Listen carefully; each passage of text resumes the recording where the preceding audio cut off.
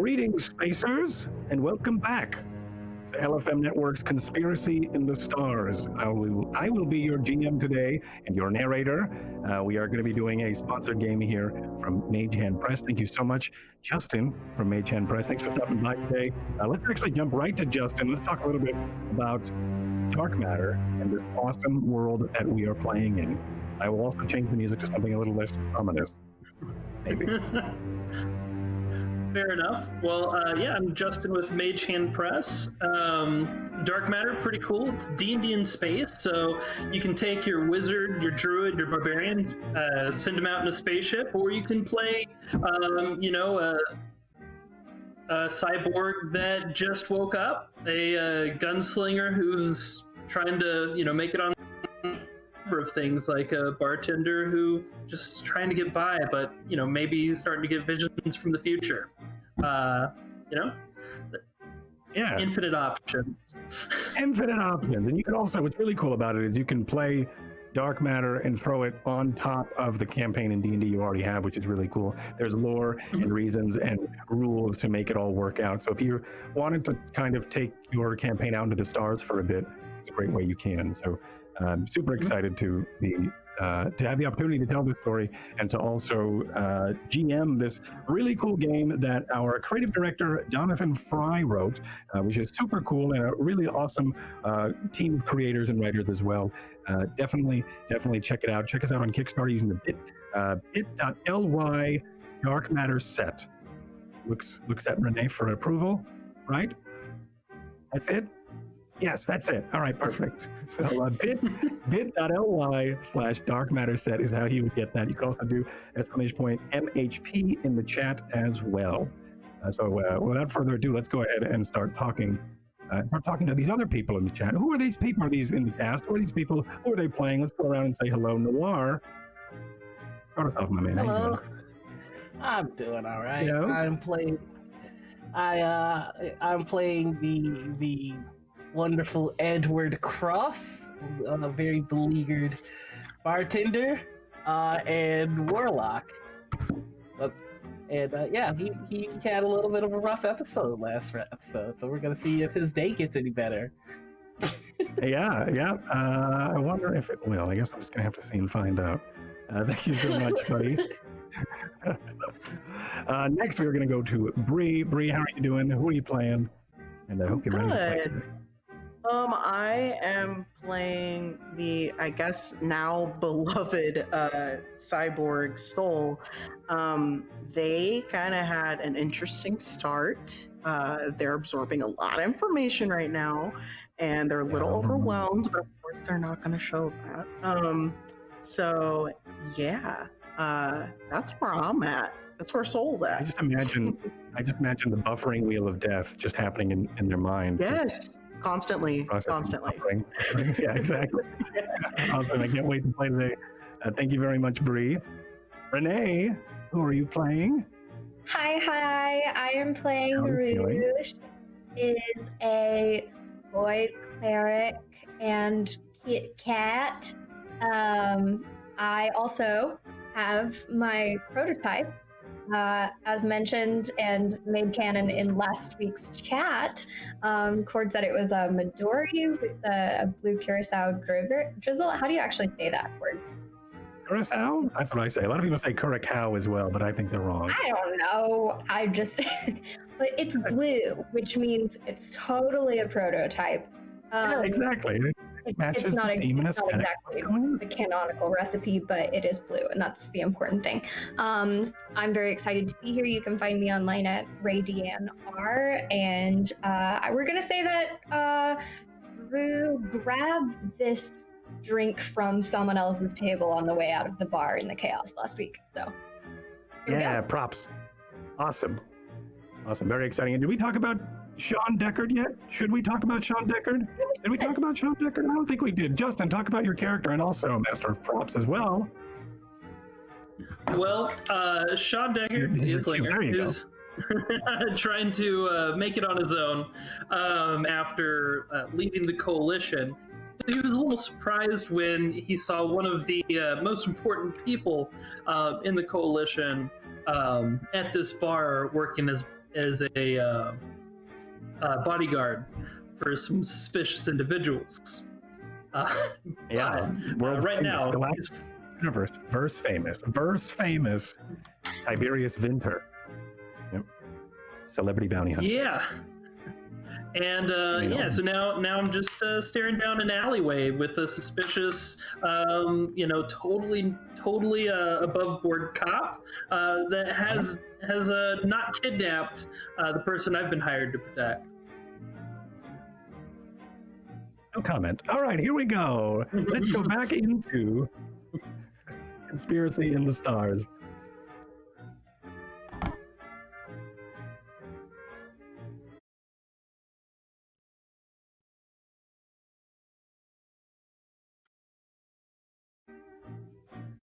Individuals held their ringing ears. Whoa. And crashed. Wow. Old? Something broke. Well, Oh, also, I love Fix it. the scar, Edward. thank Hey, you. let's talk about that scar for a second. Yeah. While I fix it. We got this. Oh, what, this? Oh, I can, whoops. This? This whole I thing? can tell you how that happened. See, I was just minding my business, doing my job behind the counter, with no help. I was And then minding my suddenly, business. and then suddenly, my bar blows All right, up. Justin, that's right. Thank you. That's enough. The audience was scattered by the blast. Individuals held their ringing ears and shouted among the chaos. A large beam fell through the rusted ceiling panels and crashed down toward the elvish matriarch, High Oracle Thessalia. Unconcerned and without so much as a glance at the falling debris, she took a small step out of the way before the beam crashed into the floor where she had been standing. Sir Helio Horus rushed toward the stage from the bar, barking out orders to anyone who would listen. "I'll get the professor! Don't let the assassin escape!" Then, all hell broke loose.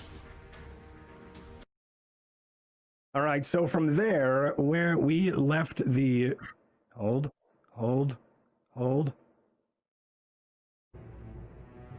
Perfect. All right, so from there we left our group outside, kind of licking their wounds, dusting themselves off from the event that happened inside the Stars Will bar. During the kerfuffle that happened after this explosion, our gunslinger, Sean Deckard, ran up onto the stage. He shot actually the assailant, who was known as Kenny Flopwig, who was then rushed to the clinic, or to the medical clinic for further examination. And he's still mumbling some stuff on the way out as well. And Sean, after shooting Kenny Flopwig, beelined up onto the stage while everybody else at this time is recovering from the explosion. He goes and assails and chases after Sir Helio Horus, the security officer of Fort Nomad, who had taken the professor from the site and out through a back door. Like I said, followed by Sean. In the distance, Sean looks back at everybody else and then sees that Sir Helio Horus had turned off into an alley. Behind Sean, we see the rest of the group. But we're going to stay here on Sean as he continues chasing after Sir Helio Horus. Sean, what do you do now, now that you are back on the scene, back on the streets, back in the chase, back behind the wheel of the mind of Sean Deckard? Well, seeing as how he just took off in that alley all suspicious like, I'm going to chase, as fast as I can, and I've got my gun drawn, ready to do what needs to be done to make sure that Gogglefogger stays safe. Yeah, very well. Go ahead and give me a, oh, there are papers everywhere. Go ahead and give me an athletics check, please. All right. You are in hot pursuit. Okay, so that's a dirty 20. Okay, with a total of 20. Okay. I rolled a natural 20, so I got with a total of, I got a 25. All right, so you do end up, you see You saw that he dipped away into the alley. You duck away into that same alley, and you see him up ahead, but only for a brief moment. You do, though, actually, I will give this one to you. You do see fall out of the professor's pocket is something beeping that sits and rattles for a second as it rests towards the exit of this alleyway. Sir Helium Horus did dip to the right, it seems, once he made it through to the other end. A blinking blue light. Okay. What do you do? I'm gonna, as I'm running, I'm going to try and like scoop that up and then keep pursuing. You said he turned to the right? Yes. Mm-hmm. Okay, you're gonna scoop it up. Go ahead. Go on. Oh, did you need me to do something? Go ahead and make a. Go ahead and make an investigation check. It's going to be, I think, while you're still running, so it's going to... Actually, let's do it at disadvantage because you are still in a hot pursuit. Okay. So that would be a 11. 11. Okay, you pick it up and you do see that this thing it's small, it's squarish, it fits in your hand, and it also has a ring attached to it. Like it could be attached to it could be fastened to something. It is a blinking blue light, there's no noise coming from it. But you also don't suspect it to be dangerous in any way. Okay. I will put it in my pocket as I'm running. Okay. Go ahead and give me one more athletics if you can catch up with Sir Helium. All right, so that is a 18 this time. An 18. Okay. You do make your way to you make your way back out of this alleyway, taking a moment to look at whatever this device may be. Looking up, and you can't seem to find it. Where he had run off to. Son of a bitch. Where'd they take Gogglefogger? And I guess I'll try and scan the area for clues. Okay, sure. Give me a perception or an investigation. Is this a choice or? This would be investigation because it is your choice. Cool. These dice just keep rolling high for me, so it works out. 19. That's happened at some point. More than 19? Yep. 19. You do see that there are some trails, a recent splash in a puddle nearby. It seems like there's a puddle, but there seems to be a splash marks around the outside of it as if it was recently just stepped in. It also looks like whatever this is has left footprints as well, and it does seem to duck back into a different alleyway up ahead. I will follow the footprints, and as I'm chasing, I'm going to my comm set to try and call Edward. Okay. Edward, at this moment, you hear a buzzing coming from your personal comms device. Hello, it's Edward. Hey, it's Sean. So the cop was at the bar, kidnapped Gogglefogger. Could have took him to the security station. Instead, I'm chasing him through alleys. Okay. Look, I need you. What? I know you were wildly unqualified for this, but I need you to rally the troops. I need some backup. Troops? Oh, backup. Not the cops, though. Not the cops. They could be in on it too. Oh, correct. Okay. Do not trust the police. Don't trust the police. Get backup. Join you in this chase. Correct. So I got blown up today. Yeah, well, I did pay you. All right, I'll see what I can do. I paid you. Okay, yeah, I've got a few. I'll ask Rue. Okay, I think Sure. at this point the camera transitions here as instead of seeing Sean hang up, it's the hands of Edward as he hangs up the phone, and the camera pans out in a flash as we see the group. He's surrounded by the group of friends that he made moments ago. So, hey, Rue,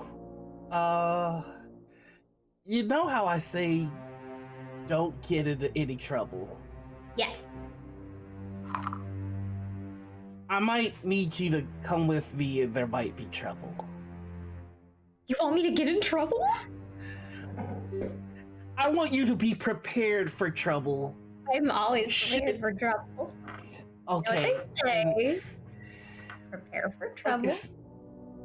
Yeah, make it double. No, sorry, bartender. Still I'm rattled. My head hurts. We can't leave, so okay. Nice. So, Yes. yeah. Soul's eyes adjust as the retina devices start to make out your face. Are you any good in a fight? Maybe, like, can you? You mean I combat? don't. Yes. I don't know. Yeah. Has Soul ever been in combat before? I don't think they have. And if they have, they can't remember. Cool. Yeah. All right. Yeah. I don't know if I'm any good in a fight either. Okay. So what we're gonna do is we're just gonna be numbers, okay, team? We're just gonna be there. Sean's gonna be the big scary. We just look tough and do like this kind of stuff. And if things go bad, we run, okay? Rue, yes? What number am I? You're number 1. Yay. Edward, may I do a scan of your body? Can I leave my clothes on? Yes. Okay, then yeah. So, Soul's eye lights up, and you hear the beeps in their head. And after about 5 minutes, they say, the probability of success when it comes to combat is probably 25%. I've rode with worse. Okay, so I think he said he's running down the alleys. Again, we're just Go gonna be ahead. scary. Oh, go ahead. Make an investigation All right. as you try to figure out which way he probably could have gone. Yep. Can I turn on Find My Friend app while I'm running down the alleys? You can, yeah. Go ahead and make a technology save. So without any kind of bonus from that, I rolled an 18. Running with your glass smartphone out. Sorry, my bracelet came up. So you're running and you're trying not to drop it in the puddle. In 18, great. So you turn it on and they are behind you, a block and a half. Okay, so follow me, everybody. Actually, just up ahead they are. So the way I pictured this is kind of like I don't know, an alley or an aisle, I should say, at like a department store, right? So someone dipped down into one of these aisles and then they've looped around and came back. So they're coming back to the main street, and so are you, Sean, as they are going to make their way into the first alley that you went down. So just up ahead for you is where they are, but to everybody else, you think he went just to your left. All right, so follow me, everybody, and again, things go bad, we run. He starts running. But if things go bad, that's trouble, and trouble is good in this case. Trouble is to be expected, but not good. You should still not want trouble ever. Bad trouble. We are causing chaos. So much No! chaos. Oh, I'm outnumbered. I'm number 1. I'm number 1. At this point, Sean, you do see your friends dip away into the alley, the original alley that you went down as you make your way back to Main Street in this case. So you will be behind them. Go on. Sorry, it glitched out for half a second there. Yeah, so you would be behind them at this point, as if you were trying to find them. Are you trying to find them, or are you staying to continue on the potential path? I'm trying to chase Heliohoros currently. Okay. So I want them to be able to find me, but I'm not concerned about finding them. Got it. So in this, in your path, go ahead and make me another investigation. All Sorry, right. perception. Perception? Okay. Let's see here. That is a 16. 16. You do see that the wet footprints that you see, the recently wet footprints, trail down this alleyway and then duck toward the security outpost that you originally thought that he was going to, or would be going to. Mm-hmm. So yeah, I'll just keep running as quickly as I can. All right, everybody back up. Go ahead and make me perception checks, please. Rue just doesn't pay attention, I think, because that's a 7. Okay, That's a nat. fair. That's a nat 20 for Edward. Nat 20, nice. I also got a nat 20. Nice. Hey! Nice. Another nat 20. Okay. Friends are perceptive. Yeah, you were just probably. What is Rue thinking about that is distracting them from this moment? Do you think? She has her little prototype that she stole from one of the tables, and she's just growing in it. Really? And like watching the ripples on the water, and walking behind Nice. everybody. Nice. Oh, and I think we all want to know as well where the Thwirl may be right now. So the Thwirl is still in, because Rue has just a lot of like cargo pockets around her belt and in her pants. She kind of has like cargo-y pants, because she does like to just collect accessories, and so there's got to be a place that she keeps them. So there are some really big side pockets, which are like totally normal for women in space. And so it has a little button clasp, and the Thwirl fits perfectly in that long side pocket with a little, there's a little flap on top with a button, but it's not closed, so it can still peek that out. Nice. I'm having flashbacks for when I was a kid, and I also put my hamster in my pocket and walked around like it was my animal companion until it pooped in my pocket. So that'll be fun for later for Rue. So as you are. What was that? We're gonna have a discussion if this Thwirl poops in my pocket. We'll see what happens. Word. Well, maybe it'll hide it so you don't know it's there. As you make your way across, you all do see that Sean has made his way outside of the alley and is now looking at the security post across the street. As you are ducking in, I think both Edward and Sol, you see this on the corner of your eye. Sean's right there. I brought not cop back up. He just kind of like does the ball. There's Edward from behind you. I brought back One up on me. Happily not a cop. All right. Well, so it looks like Helio did end up going inside the security outpost. Yes. The more you see that the let's say that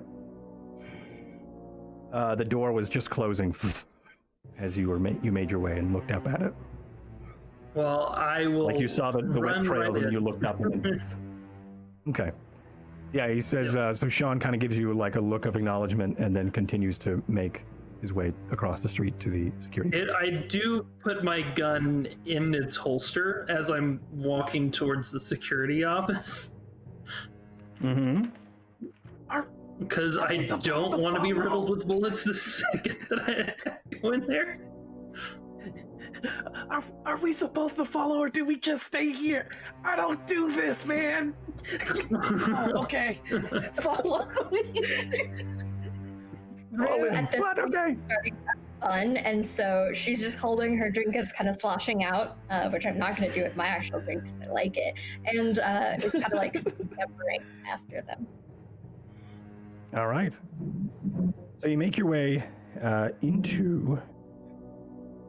make your way into the security port, the security station, excuse me, and you see there's a receptionist at the front desk, gnome female, and looks up at you and says, "Hello." Yes, I'm here with Heliohoros. He just came in. I'm just trying to follow right behind him. If you could point me in this direction. Need to report to him for what happened just down the road. Okay. Yeah, so you're here with the instant. I don't know if he's taking anybody right now. He's in the middle of something. Well, he did tell me to get to him right away because of the time-sensitive nature of everything. So the thing that he's in the middle of is the thing that I'm part of. So if you could just go. Go ahead and make a deception check, please. All right. Thanks to my poker face ability, I'll have advantage on this to prevent others from sensing my motives, perceiving emotions, or reading my thoughts. And gives you advantage for deceptions? Well, anything that would qualify as sensing motives, perceiving emotion, or reading thoughts. Would you say that qualifies? Yeah. I mean, you can say no. Okay. No, it absolutely does. Okay. Cool. All right. So that is a. Why can't I math? Okay, 19. Thank you. Sorry. Okay. She does look up and say, well, he is just in the back then. All right. And then she leans forward, and you don't see much because of the table. It's a high desk, but she leans forward for a second, and you hear a buzz as the latch on the door behind her opens. Thank you. And there's going to be a group that's coming in right behind me. They're involved as well. And I think at this point, the door opens, and then everybody's there. These three. Oh, okay. Hi, I'm number one. And all right, we'll just be on our way then. Okay. He's just in there. And as you make your way in, Sir Helios is like he's already waiting for you. And there is a table with a light. It's that classic interrogation table. There's a long mirror behind him, to the side, excuse me, as he goes, "Oh, interesting that you're here, and how fortuitous for me, because I've got some questions." Excellent, because I got some questions too. Where is Gogglefogger? Gogglefogger is safe. You don't have to worry about that. Please have a seat. I sit down, but I put a gun on the table. He also sits down, but before he does, he unlatches his laser sword and lays it on the table, and also his blaster. Well, that's cute. You brought a knife to a gunfight. I brought a gun to a gunfight, and also a knife.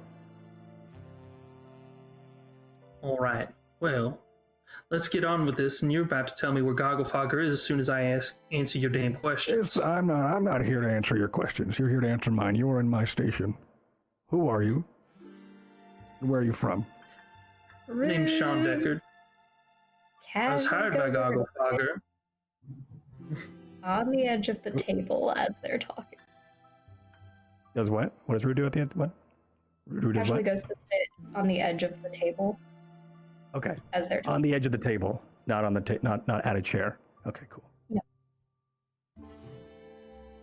What were you saying, Sean?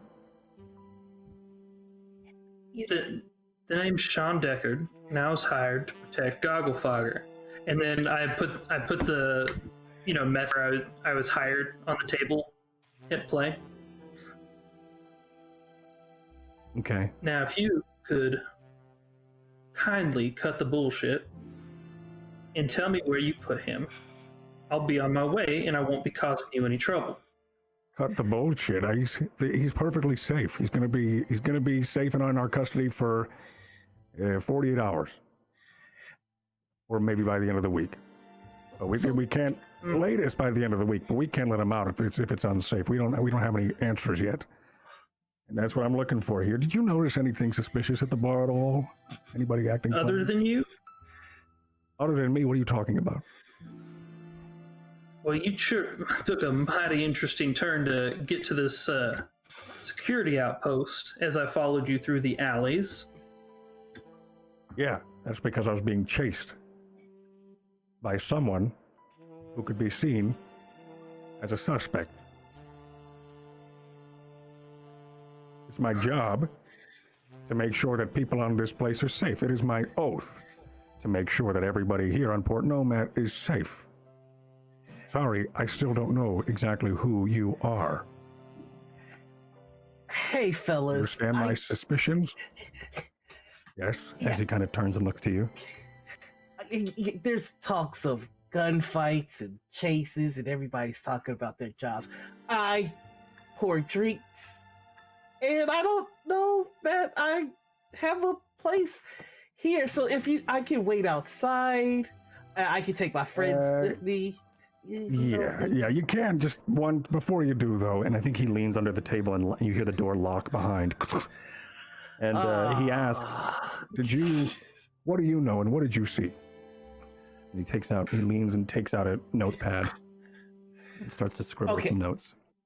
All right. So, what did I see? What do I know? What did I see? Well, there were these bartenders that were just awful at their job. Okay. Like, it was, they were pouring half-finished drinks. One of them head-butted the floor a few times. I don't. Do you think this was maybe a premeditated event for these things? Do you think that somebody may have set these off so this would happen? That sounds maybe more likely. Sorry, go on. And as he kind of starts to piece things together, he starts to write them down. You mean the countdown on the screen wasn't clue enough on premeditation? So are you admitting something, sir? No, I'm not admitting something. There's a reason why I'm the one that dove in front of the gnome to make sure the explosion didn't hit him. Yeah, Sean's just smart. And then Rue knocks Helios's gun off the table. Just like bats it off the table, casually. I think he then grabs the sword, and then he sighs and huffs, and he stands up and goes and picks it up, holsters it, and then he sits down with the sword now on his lap. I think the whole time eyeing you, Rue, in frustration. Rue just Anybody smiles. have anything else they'd like to report about this? I did not get my mini cupcakes. I'm sorry. It's not your fault, Edward. The whole bar blew up. The halfling, the awkward one, got a weird, funny looking look on his face and charged Gogglefogger right after the explosion. I had to put a blaster bolt through his knee to make sure that he didn't do anything. Naturally, his bodyguard wasn't a huge fan of that, but in the chaos, me chasing you, looks like I got away from him. Right. Well, thank you for that. If you didn't, I think he'd probably not be here. The professor, that is. Do you know anything about this halfling? Other than he's a member of the Galactic Bank, no, not much. Oh, he's also friends with Mr. Darkstar, I believe it was. I don't know. Darkstar. Stunk of the firm, if you ask me, but, you know, half the things that they do are rumors, so who knows? All right. Kind of raises an eyebrow for a moment and then continues to write your story. All right, well, what about you? And he gestures towards you, Saul. Did you see anything? I protected the professor, and water is bad. Protected the professor, and water is bad. What do you mean, like poisoned? Somebody poisoned the water? No, apparently it's not good for me to ingest water. Cyborg. Right. Oh my god, I gave you so many glasses of water. That was for the captain, not me. Okay. Right. Well, I guess this is all I have for now, but if you have anything else, just let me know. We're going to keep this investigation open. The door's open as well, for if you need to come back and report anything. I suggest now, if you want, go get a drink, relax, unwind a bit. Where'd Gogglefogger go? Gogglefogger's in our care. Why do I think Perfectly you dropped safe. Gogglefogger off before getting into this little office here? Well, of course I did. I dropped him off at the safe house.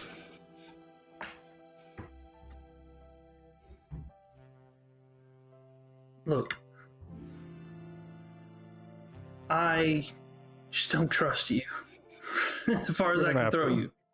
I don't trust you as well. I think we're both at a standstill here, and guess what? I'm security. So you have to trust me. Debatable. Well, you don't have to trust me, but you do have to listen. And I think this is probably where, and he goes and leans forward again and puts his sword back on his belt and presses a button under the table, and the door unlocks behind you.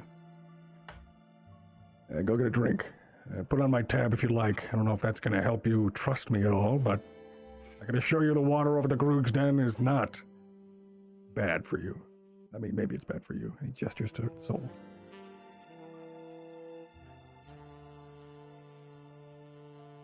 Well, Go on. obviously I can't do what I want to do right now considering where we are, so I guess I will be on my way. Is that a threat? It's a promise. And I grab blaster, holster it, and get up. All right. Like a badass, Sean Deckard walks out of the room. Like, And people say to this day they can still hear the spurs clink on the metallic floor below. like, and as soon as Sean is out, I just go up to the cop like, I have nothing to do with those threats.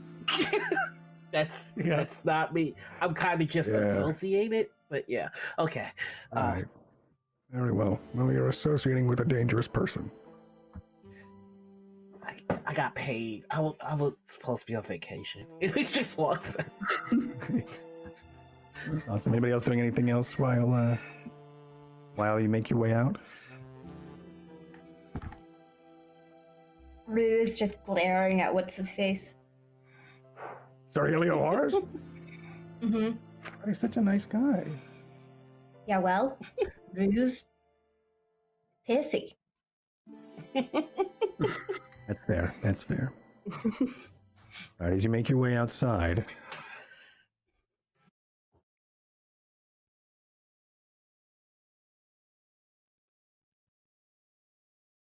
had hit you in full force as you stepped outside.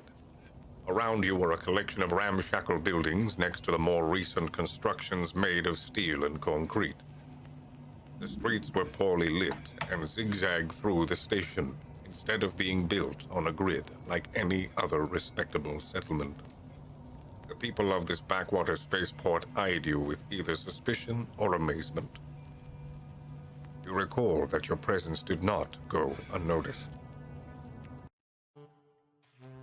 all right. So it's the beginning of that said that dust is space debris, and I'm sorry, it is the dusty air of Port Nomad hits you in the face as you exit. So the main street of Port Nomad sits before you, also known as the Valley. Across the street, I guess across the corner, because I'm kind of picturing this on a corner of a street. Across the corner is the Starswill Bar, and you also see signs nearby for a different bar called the Groog's Den, or Groog's Den. Checks notes. Yeah, Groog's Den. There's also signs up, and smoke is still trickling out of the Starswill Bar. There is Yeah, and that's exactly where Sir Helios spoke about. They said Groog's Den is open still, and if you'd like to get a drink. There is some a busy network of what looks to be traders and merchants gathering nearby. They seem to be also, like the prompt said, they're looking at you in amazement and astonishment, and also talking to themselves as they are distracted from continuing their market stalls and their bizarre type marketplace. There is also neon signs of the nearby clinic for hospital care and medical emergencies, and you can only assume that that's probably where the assassin had been dropped off. What would you like to do? The assassin? Oh, right. Hold on, yeah. Rue walks up next to Deshawn, crosses her arms and is like, so what's our first move?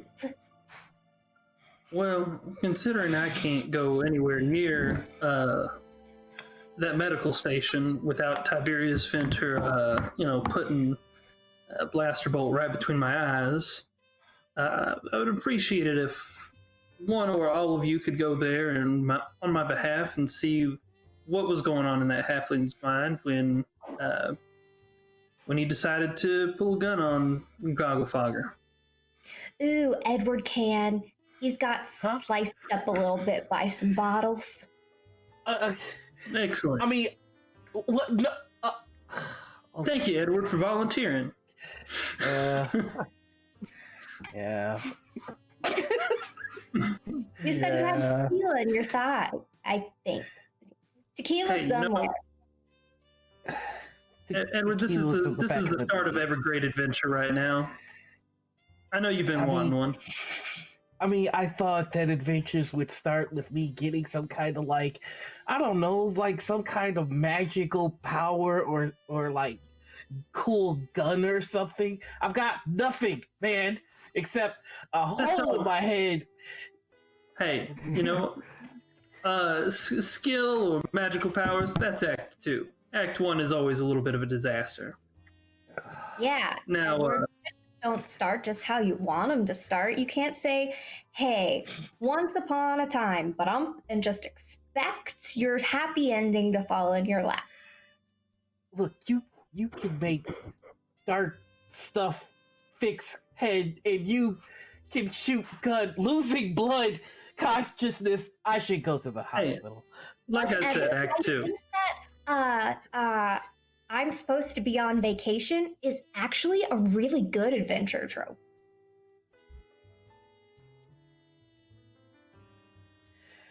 Look, this just doesn't feel like an adventure. It feels like the worst thing ever. So I'm gonna go to the hospital. That's because you haven't done any investigation yet. Go get your head checked out. Wink. I also think I may have something for protection. Oh, was that so? Okay? I said I also think I may have something for protection. I found something in my interface, and they reach down and they press a button on their cyborg side, on their thigh, and out comes an antimatter dagger. If you end up using it, What does that look like? It's, I guess the way I picture it, it's like a pretty sleek dagger, and in it has like little circuitry that you can see. And it has like some black fluid kind of going through it. If you do end up using it, it's 1d4 necrotic damage for the roll if you end up using it. Oh. As Soul is pulling this out too, Rue, as soon as Soul spoke up, Rue is instantly concerned that like compartment in their thigh and need like medical attention. So she's just circling around Soul like, are you okay? Something hit you? Did a glass bottle hit you? I hear they hurt. No, I'm fine. I just got damage on my arm, but I fixed it earlier. Okay, good. So are you circling around them like a cat? Like a curious cat? With the tail. Okay, that's just how I'm picturing it. All right, perfect. And Soul is just holding this dagger, like. It's a safe Would assumption. Would you like the dagger, Edward? I think it's probably better if I'm going to go talk to this halfling guy, that I don't have any weapons. Because I don't But want Edward them... the hero needs a weapon in any adventure. It's dangerous to go alone. I know I should take this, but I don't... Look, they're gonna frisk me, and I don't travel with knives and stuff, and if I have a knife, they're gonna be like, oh, he's coming to hurt the halfling, and then they're gonna murder me. He Edward definitely Cross has was a right. point, Tiberius. Wait, what happened now? Edward Cross was right. Tiberius Venture's not going to lay one near that halfling, especially if they've got a weapon. So his best bet is to go in completely unarmed and defenseless. I trust Edward. Edward, I trust you. You've got this. Thank you. And did anybody else hear? Nope, I'm just bleeding a lot. I'm gonna go. He's just limping his way to the hospital. Okay, so you see Edward starts to limp and holds his head for a second, and he looks up at the clinic sign and then goes down another street by himself. Is anybody following and joining Edward on this, or is it just an Edward thing? Edward's solo adventure. Soul Never mind. Okay. All right. So following in tow is Soul. Okay, we'll check back with you in a moment. Sean and Rue, you are left outside the security port. Rue, if you could do me a favor and check out that bar that the illustrious security officer recommended, maybe you might find something there. I'm going to keep an eye on the station until Sir Helio Horus maybe decides to leave. You got it, Master Blaster. Thank you. All right. And here's my comm information if you need it. Let me know if something goes down where you need to get bailed out. Okay. Okay, I'll be Rue, fine, now I we like see the same sort of... Sorry about that, I stepped on you. So we see the same sort of thing where Rue walks up, starts following a sign, and goes towards the other way, towards the Groog's Den. Sean, what do you do here? You're just going to post up and wait? What I'm going to do is I'm going to go to a nearby building, and I'm going to use my rope and grappling hook to post up on the roof and keep an eye out on... Okay. Could I get an athletics? All right. Actually, athletics or acrobatics, your choice. I will go with the acrobatics, and that's a 16. Okay. All right, so 16, you're able to find purchase of, I would, in this case, think that the grappling hook looks like a rod, right? And you twist a piece of it, and then 3 prongs stick out like they would be a hook. But instead, where the hooks would be are these puck-sized, like these cups, and they are fully electromagnetic. So when you go to throw it, it sticks onto a ledge like it should, as if it was to hook, but then it's more secure when you press the button down at the other end of the cable to activate the mag lock. So you do have it does find purchase, and you're able to find a magnetic surface for you to climb up, or at least to climb up the cable with. And with the 16, it does take you a little bit. You do find some handholds on the edge of the sign that I think you're probably latched onto as you post up behind the neon sign for where the clinic is. So it says clinic, but right, if we look close enough, we could see you right on the other side. So you'll be hiding behind that, Should I roll overlooking. Stealth? Let's go ahead and roll a stealth, yep, and see how well you are hidden. All right, so that is a 14 plus 3, 17. Awesome. Make a note of that. Great. Okay, so let's follow Rue, where the camera is going to then pan down towards the alleyway where Rue is making her way towards Groog's Den.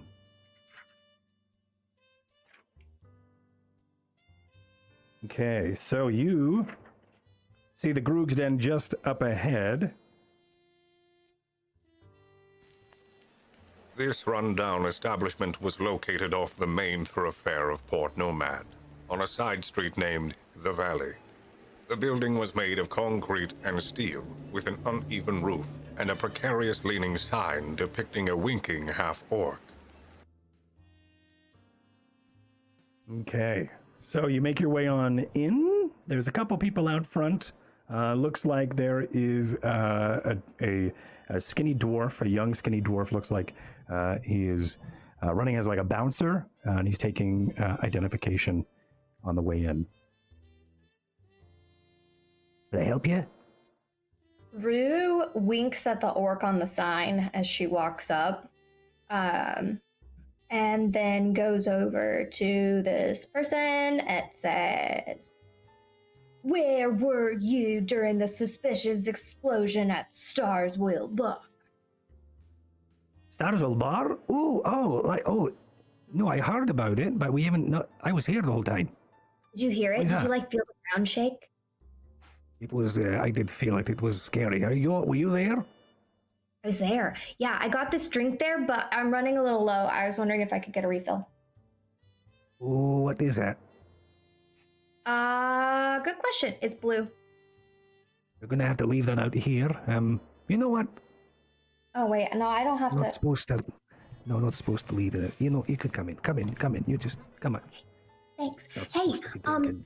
have you seen any suspicious characters out here? No. Anyone else Suspicious, come like into the how? bar since the Starswell exploded? Oh yeah, a lot of people. We had a whole crowd of them. We had a couple halflings. They came in. Also another dwarf and a big Nautilid. She came on in. I think I waved at her earlier. Yeah, okay. Okay, cool. So, like, the whole gang's here. That's great. Thanks for letting me in. I really do appreciate Alright. it. I do need a new drink. Just need to say your ID though before you go in, just so. Oh, yeah. Rue starts checking a bunch of pockets, opens the pocket with the thwirl in it for a second. And it's like, nope, not in there. Rummaging around. And what do IDs look like? Cord, like, what are they like? Whatever you want whatever you want them to look like. I think at some point, Rue just kind of goes, "No, this is ridiculous," and like clicks something on her wrist, and it like shows up there. All right.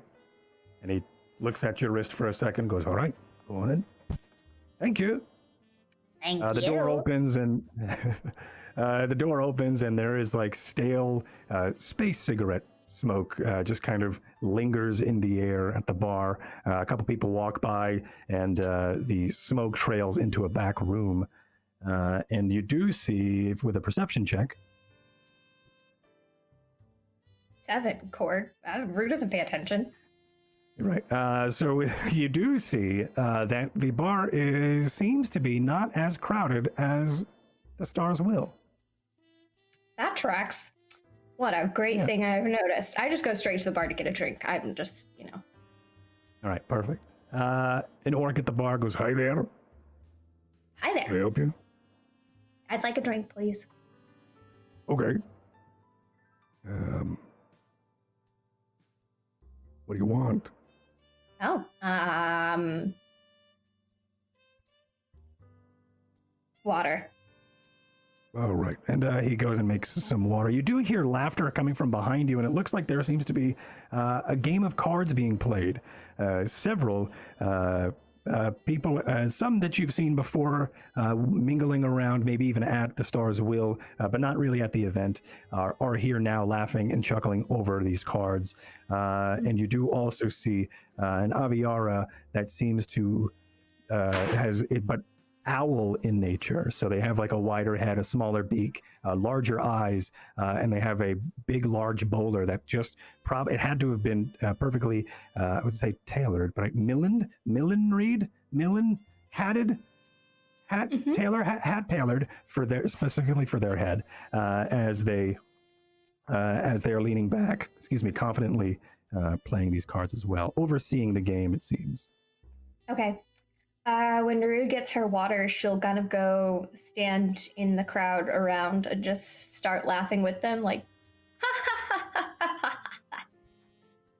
And I think everybody starts laughing, and then when it starts to die down, they all kind of look at you. Hi. And you want in? The Aviara says.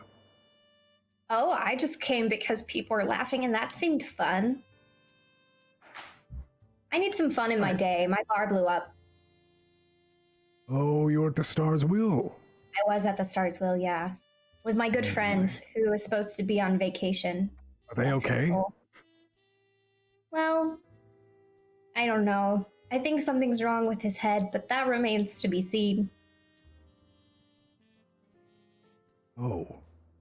Yeah. Well, I'm sorry. Here, let me get you in. And he starts to deal 7 cards to you. Ooh, It's a game known as 7-Card Star. Okay. It is a game where you have to match the right. Of course, it's not off of poker. You have to match a certain suit with what potentially could be on the board, and of the sort. You can make an intelligence with disadvantage when the game starts. Okay. How much is it like? How much does honesty play a role in that? Rue is not the smartest, but Would you like to cheat? I would like to cheat. Okay, so instead of doing the intelligence, you can do a dexterity save. Okay. In that case, I will do that. Oh, But if you that's not fail, good. Yep. Nope. I'm just totally not. That is a 5. okay. You see, what is it that you did that was cheating here? I think. What do you think? She tries to like switch the cards, but then when she kind of realizes that it's not going great, she's just like, what game are we playing? This is 7-card. You know what? And he takes the hand of yours and folds it for you and goes, well, you could come in the next one, but don't touch the cards. Oh, okay. So can I learn how to play if I watch other people play? Yeah, let's Okay. do that. Sorry, we're just in the middle of a high-stakes game, and we don't want... Sorry about that, everyone. And then he starts to continue dealing the cards for the rest of everyone else, or finishing this round. We are going to cut here and then go towards the clinic, where Edward and Sol are making their way. Like, just as they're walking towards the clinic, Edward just kind of mindlessly says to Sol, you know, I didn't even really consider how I'm going to pay for this doctor's visit. Do you not have any money? I have some money. Just Those vacation funds. Oh no. It's so real. Alright. Was You it head the inside? vacation that you were speaking of? All right. I was just gonna, lie low. I don't think I was gonna go anywhere in particular. I did want to go somewhere. I just didn't want to know where I was going. Because every day I kind of know what's gonna happen, and now I don't, and it's awful. So, I don't know. So you wanted a change from everything, correct? Yeah, it's the same thing every day, wake up, clean out the bar, serve drinks, close down the bar, toss a drunk or two out, come home, and now it's not that. And I'm meeting new people, so that's great. It seems that you are displeased with everything. I'm not displeased, I'm confused. I didn't think today was gonna go like this, and I don't know what's gonna happen next. And I thought that would be exciting, but it's not. But sometimes I still feel like I know what's gonna happen next. You know? I understand. Yeah. Oh, he just looks up at the clinic. We're here. So let's go interrogate an assassin, because that's a thing that I'm going to do today. Okay. I think when the door opens, when the door opens, you hear like the chime, as if you like the bing bang is when you enter like a retail building, but in this as well, counting the persons walking in, bing bang. And I think you also hear a voice. Oh, hello there. Be right with you in a moment. Thank you. As a strange voice echoes from down the hall. Sliding out from down the hall is an amoeboid. If you do not know what this is, it is a creature that is made of like this gelatinous. It's a sentient ooze, pretty much, but also in a very it's a playable race in dark matter, and they have several eye stalks connected to a nucleoid brain, and they are very like translucent. This one seems to have a tie around their neck, and when I say around their neck, it's more like it is in the position of where a neck would be, but also tightened so much that it's inside the ooze of the neck, so it's kind of just like staying in place with a tie there. And it does seem to have a medical jacket on as well, and with the sleeves are rolled up. The jacket is on the ooze, but the tie is submerged within the neck area, and it waltzes. Is that an amoeboid? It is. Yeah. So exactly. So we see this fellow walks up. Yes. Greetings. Hello. Can I help you? Is everyone all right? We have an emergency in the back here. Wanted to make sure. I was in the explosion at the Star Swell. Oh, wow. Okay. Come on in. I'm sorry. Yes, I'll take it from here. And he gestures to what seems to be a receptionist as he brings you on back towards a corner or like the emergency area. Are they with you? Yes, they are. They're my. That's fine. Very well. Come with me. You can't lie. He's like, they're my person. Please. Yes, well, it doesn't matter. We need to make sure you're okay. Yes, and I would like to make sure that you're all right. Please, come sit here. Thank you. I got separated from my friend who got shot in the knee. Do you know if he made it here? Friend shot in the knee. Yes, we had. We do have someone who has been taken in already. Yes, and I think they will be all right. I'm sorry, I shouldn't say I'm a doctor. They will be fine. That's fine. After, could you tell me where they are? I just want to let them know that I'm okay. Yeah, well, they are in urgent care right now. They will be fine. They are just in the back. Okay. Is everything all right? Right. Right. How do you know them? So, we went to college together. That sounds like to study deception. Chemistry, and they did well, but I copied off them a lot. We were dorm mates. We shared a dorm together. That's where I dropped out, but I used what I knew about chemistry to do bartending now, so that's why I was at the bar during the explosion. Very well. 15 plus. It's so detailed. It just kept going, yeah. And this is why. Oh, God. 21 total. Very well. You went. Very okay. College, yes. yeah. Yes. Well, all right. Come with me, and I will. We do need to get this. Hold on, one moment. And he starts to start cleaning the wound that you have, and then he starts. He goes, yes, we'll check in on him in just 1 second. I want to make sure. Just it seems like you're having some issues. This could be deeper than I thought with your communication. And so he starts to then takes out some like blue goo, which I guess he has blue. He's blue goo. So he takes out what looks like to be. And we'll just get weird. He takes out what looks like to be a.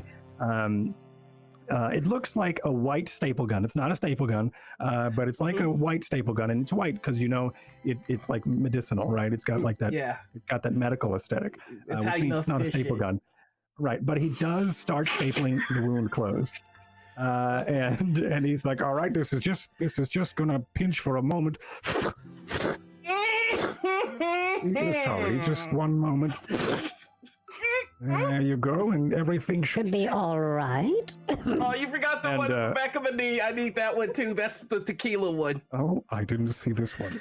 One second, and here we go. You see, he melts into a puddle for a moment, slides into like under, or like into a drawer, and then comes back out, and has what looks like to be a Q-tip and like a bottle of some sort of astringent, and starts to then clean it, and then with another like tendril of his body comes out like a limb and staples the wound shut. There you are. Sorry about that. This is all so eventful. Everything that's been happening today, it seems like it's out of some sort of crime novel. It's amazing. Edward, is this the person we are looking for? No, we're looking for my friend from college. My dorm. Yes, your dorm mate, which is right this way. Excuse me. And he makes his way over. You did not tell me that you went to college. Which college did you go to? We went to the college of. Here we go. We went to URPN. Go Dogs. Yep. Our Dogs fan. I was always more of a Wismo guy. You don't make Wismos. You go boys put up tons of Wismos. Yep. Go dirty. Wismos, you? Okay, to our friend from college, dorm mate. Yes, yes, very well. And you see that he goes, I do have a question after all of this. Just give me one moment here. And then he melts again underneath the doorway and then opens it from the other side. It seemed like it was... Goes on the other side, unlocks it this way. Okay, yep. And you see in like a private quarter, a private room, there is the blanket over Kenny Flopwig, excuse me, the person who was shot in the knee, your college roommate. And his hands seem to be out on top of the blanket, and he's tucked in, and he's resting nice and peacefully. And you hear the boop, boop, boop of the heart rate monitor as it's in the machinery as he's resting. Oh, there's my buddy. Just can I have a moment to check on him? I just want to make sure he's okay. Yes, we did see that he was having a bit of there is something a little confusing about some of the behavior patterns when he came in. Has he always been? Does he have any sort of twitches or any sort of spasms as of late? Is that normal? The only spazzing I've ever seen him do is when I ate his leftovers. You both seem to be like you go way back. Well, I'll leave you here for a moment. I'll go get the records. And he melts away under the door and leaves you both in the room for a moment. So I'm gonna like gently, like kind of, okay, all right, just kind of shake him a little. Uh-huh. Hey, The buddy. body just jostles a little bit, Hey, wake up. and that's Wake up, man. he does not wake. He is still. So I'm going to open. I'm gonna open the plate that's on my arm, and I'm gonna press a few buttons. And when I speak, my voice is going to be about 10 levels higher. So basically, thaumaturgy. Decibel or like pitch? Decibels. Okay, all right. God. All right. So Soul is going to be like, "Sir, could you please wake up?" You see, jostling sort of starts to happen. I need you all both to make a perception check. Okay. Yeah, that seems about right. That's gonna be a 6 total. That is going to be a 6 for me as well. Doing great. A 6? Doing great. Yeah. Yeah. You see that he jostles for a moment.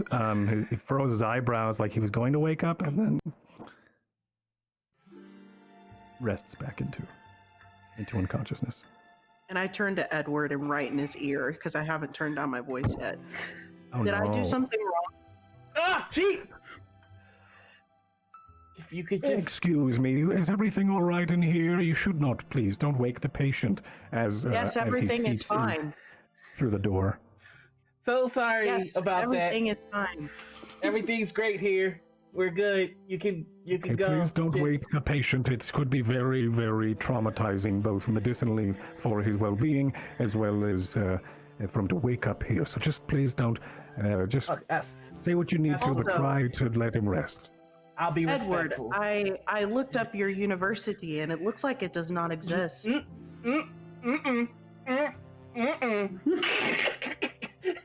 Within this area. What? I can't believe can't believe our university got decommissioned. Must be some sort of scandal.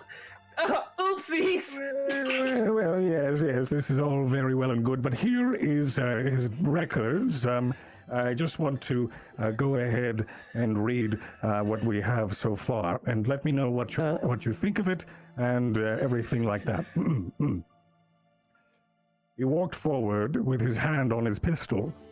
The pistol was trembling in the air. Looked back towards his sister, and blinked twice. His sister then... How does it sound so far? I'm trying to write a new screenplay, and this isn't the records, it's the screenplay. Oh, it's very good. Oh, It's gripping. I was gripped. It Wonderful. seems to be a bit choppy. Choppy? What? How so? Like I should really be more fluid?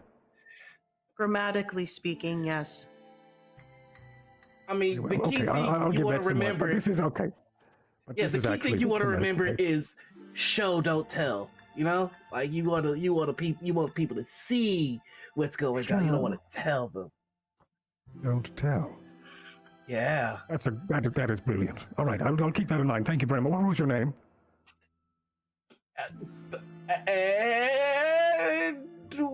Edward Cross. Why do I not believe that name? Either way, very well. So these are actually the medical papers here. It does seem, though, that the patient seems to be tapping their finger 14 times every 30 seconds, and then twice, 13, 16, 32. Would I recognize These are that as any interesting. sort of Morse code or anything of that nature? Yeah, would Go Soul ahead. recognize that? Yeah, make me a check, and also tell me what you think the check would be relevant for. Investigation? I'm going to go with investigation. I'm Sure. actually not terrible at investigation. Yeah, why did I say that? I rolled a 13. 13 total. 13. Could that technically be a data check for Soul in particular? Um, Searching data to see if they know anything? Yeah, you can try that. Yeah. Okay. Actually, I would like to try something here. If I may, Right, with DM. those numbers like that, it may be like, is this code? Yeah. Okay, cool. 16. Oh, never mind. Is it 2 16s? No, I got a 13. 13. Okay. So with the 16, you do not recognize those numbers in any specific reason would mean anything. It is confusing, but nothing sticks out. But you do think that it could be code, but you're unsure of what that even means as far as how that goes.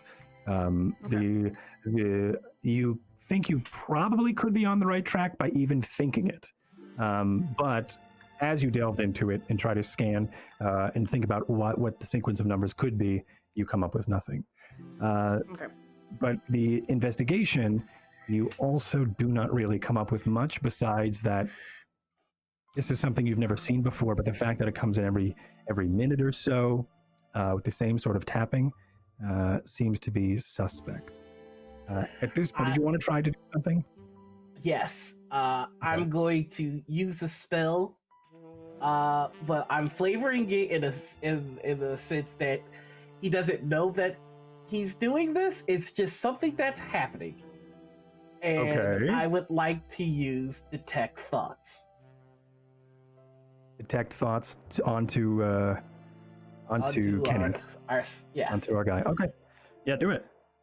All right. So the way this is going, I'm flavoring it is like he's focusing on like trying to understand what the tapping is, and he closes his eyes, and he finds himself in the memory, like in wherever the memories take him. So. Oh, well, yeah. So he will need to make a wisdom save. It's a DC 14. He fails. Okay, so essentially I get to let's see, you initially learn the surface thoughts of a creature and what's most on its mind in that moment. As an action, you can either shift your attention to another creature's thought or attempt to probe deeper into the same creature's mind. So I'm going deep. I'm going real deep. I want to figure out what's his deal. Surface thoughts are Kill the professor. Kill the professor. Kill the professor.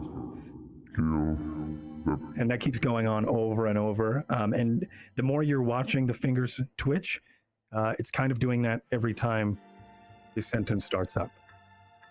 Kill the professor. And then deeper in the mind, you also hear Kenny. What? What's going on? What am I doing? Can I wake up? I'd like to wake up. I'd like to wake up. Hello?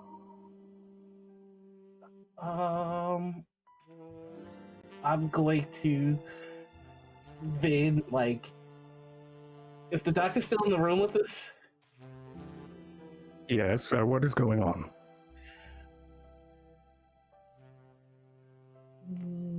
Are we keeping him unconscious? Is that No. what we're I doing? don't believe we're keeping him unconscious. Why is that? He wants to wake up.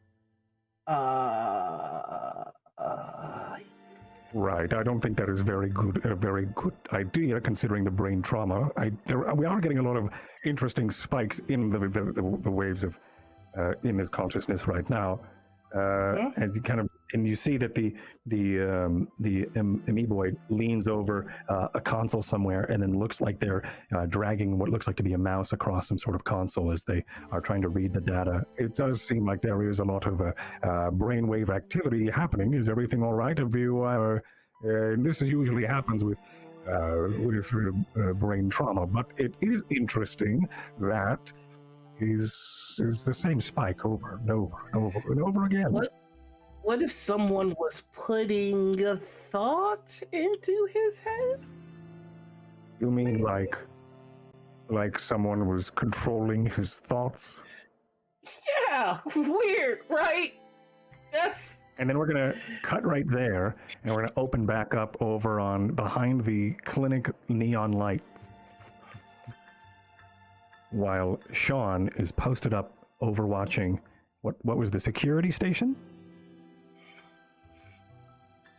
I think you're muted. You're muted. You're still muted. Yeah, so I'm trying to keep an eye on, make sure that when Heliohoros leaves, I can follow him. Okay. You wait for about 15 or so minutes, and still nothing's happening. He's still inside. You do see in the window that he does make his way out to the main room, fiddles around, talks to the receptionist for a bit, and then makes his way into the back room. I think he also comes out to light a cigarette, and then looks around, and then turns around and goes back in. Is there anything else you'd like to do? For now, do I know if the security office has a back exit? You would assume that there could be one, but chances are it's probably locked.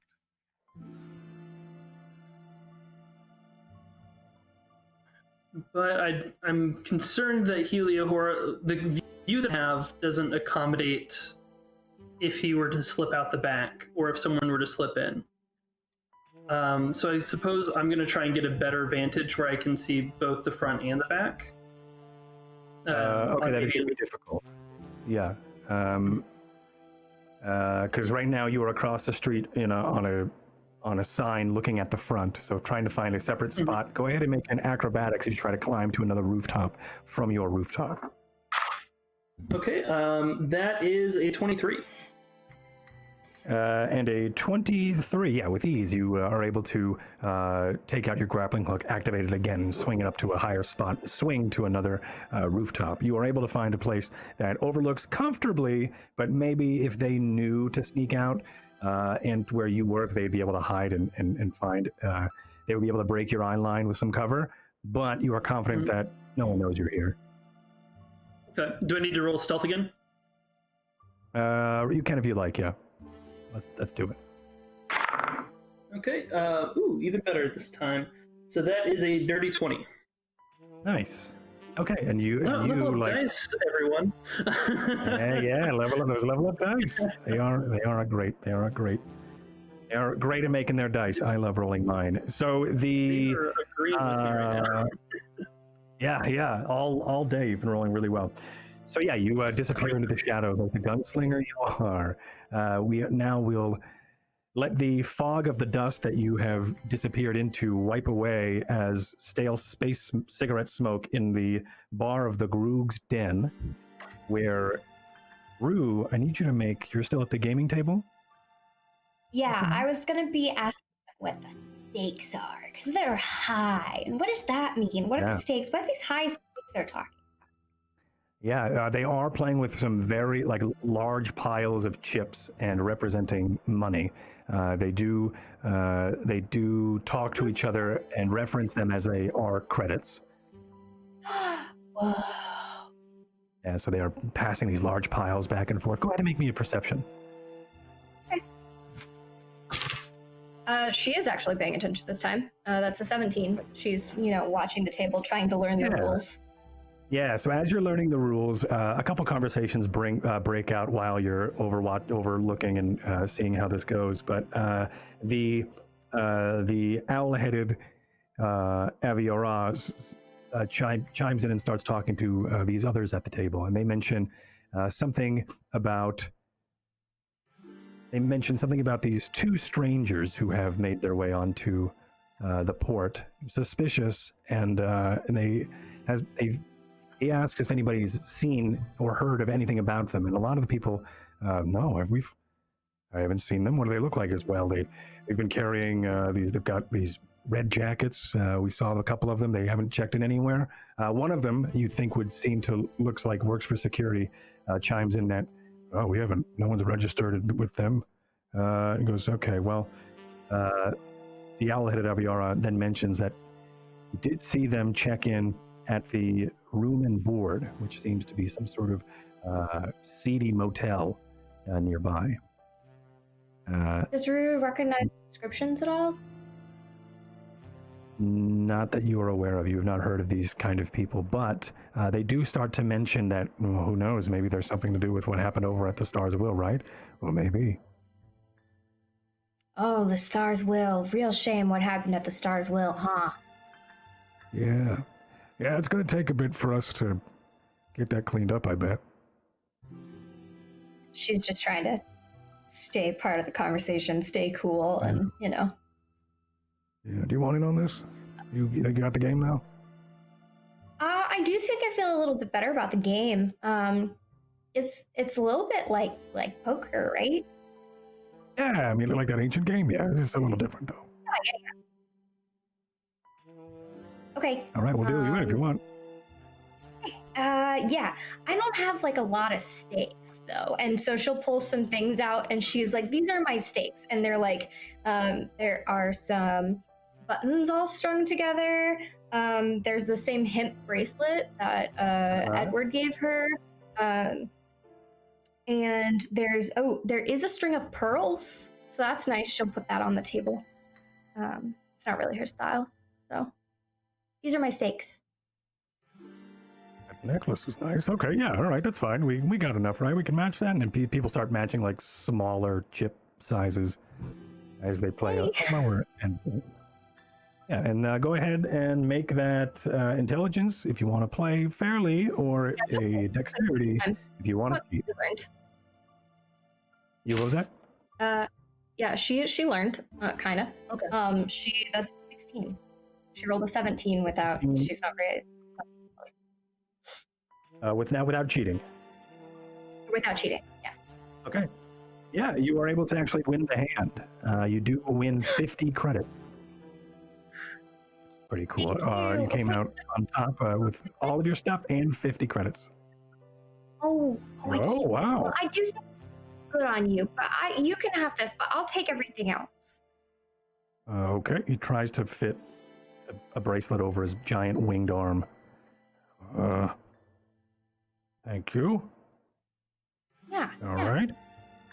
And if it doesn't work for you, I find that people really appreciate gifts. So if you give it to someone that you love or care about, they'll probably really appreciate it. And then she's like, but how is this? Is this money? Like, how do I just go up to the bar and they'll exchange it. They'll exchange it for credits. Yeah. Thank you. And I think at this point, you're holding up. You're holding up and you look over at the bar, and as you do, you see a familiar halfling wearing like a white formal jacket. As she walks by, she's got the shock white mop on her head as she's walking through, and you recognize her as Kiri Flopwig, Kenny's sister that you saw at the bar. Okay. As she's walking by and out the door, it looks like she's in some sort of a hurry. I'll take all of this up to the bar and be like, credits please, real fast, stat. Okay, yeah, hold on. And he grabs your card off of the thing and swipes and exchanges for the credits. And then he's like, there you go. And then he takes all of the chips and pushes them into some sort of gutter-looking system that takes them into a machine in the back that you hear sorts them and stacks them for a display right by the bar. All right, there you go. Thank you.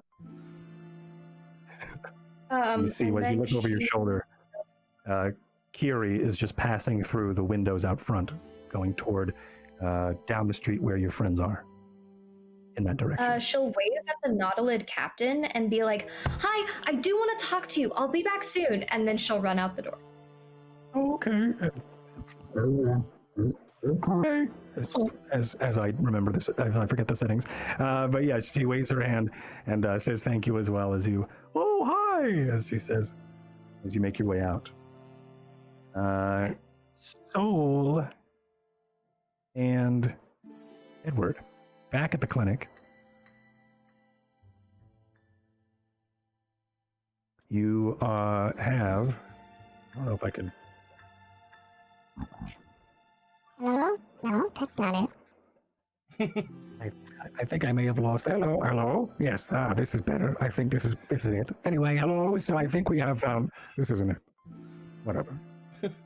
So, where is everything all right with him? It does seem like we are getting a spike, and you said that potentially he has having some sort of mind. What? Yes, it's Okay, I'm not drunk. I just okay. This usually means you're drunk. No, I'm okay. All right. So maybe he's repeating a mantra in his head. That's not. And I'm just like kind of desperately looking at Soul like that's not him. What do you mean by mantra in his head? A thought. Like kill the professor. Is repeating over and over again in his head in a voice that's not his own. The professor? What do you mean? Huh? Who's the professor? No, that I got foggy goggles? Goggle foggy? I don't know what you're talking about, sir. Are you okay? Should I hold on? And no, go try to examine your head again. Doctor, there was a professor that was admitted here that was in the bar accident, and we believe that the message that we heard in this man's conscience has to do with that doctor, with that professor. I don't have any records of any professor that is. Do you have a name? Dr. Foggy Goggles. Dr. Foggy Goggles. No, I do not have a Foggy Goggles here. There's none that have been admitted into the clinic today. Maybe you should check your terminals out of this room. Edward, did you hear anything else in his conscience? Yeah, he wants to wake up. One moment, and he does make his way outside and goes to look at and you see probably through the porthole of this room into the main hall where he is looking through some records. So you have some time alone with Kenny. Okay, cool. He wants to wake up. See if you can wake him up quietly. I'm gonna see if I can go through his stuff. Right? Okay. Right. He's gonna see if he can go through Kenny's stuff. So So Saul is going to walk over to him, and they're just going to start poking him in different places. And pretty soon the poking is just going to get a little bit more aggressive, and then Saul's just going to start hitting him. Yep, just. He doesn't wake up as much as you without hurting him. At some point, you do realize if you do it any longer, you will hurt him, but he does not wake up. He is in a heavy trance. Edward, I believe we need to get rid of the source of this voice so he can wake up. Right.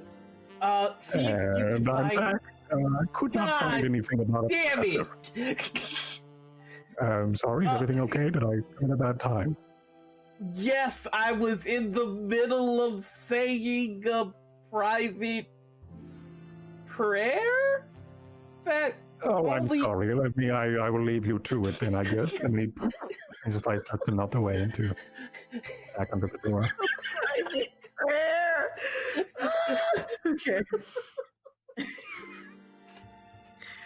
Edward, when you looked into his conscience and you heard this voice, did it sound familiar? No, it sounded like, kill the professor, kill the professor. He was all like, I don't want to kill the professor. Well, he didn't say that. Could you give me an example one more time? He was like, kill the professor. I'm sorry, I couldn't hear that. Could you hear? He said, kill the professor. Look, hold on.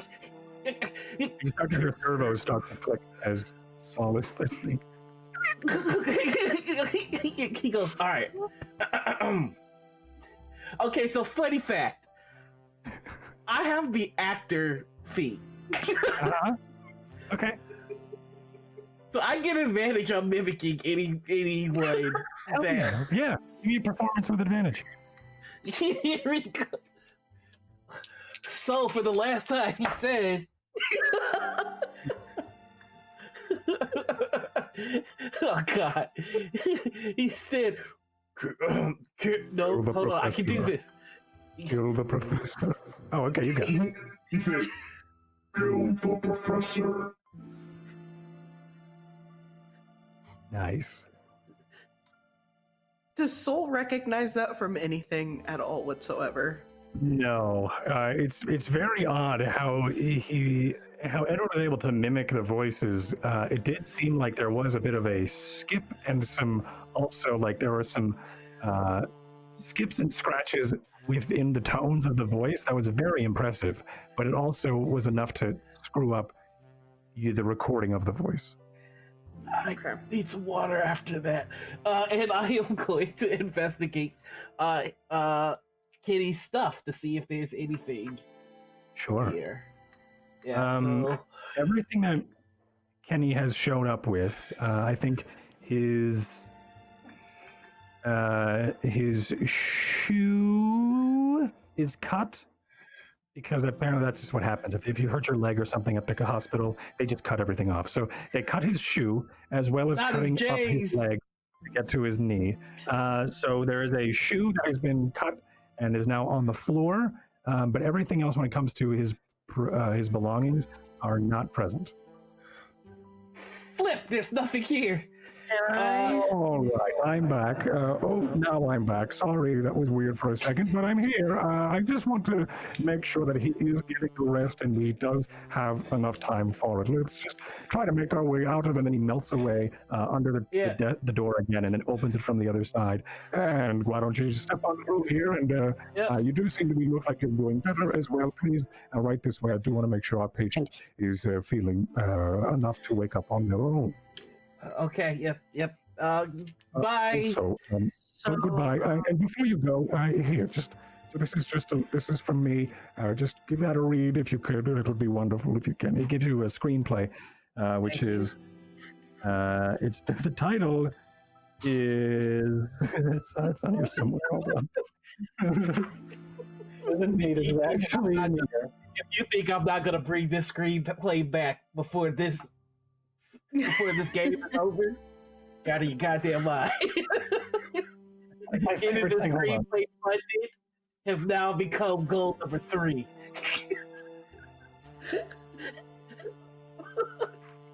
Oh man, where is it?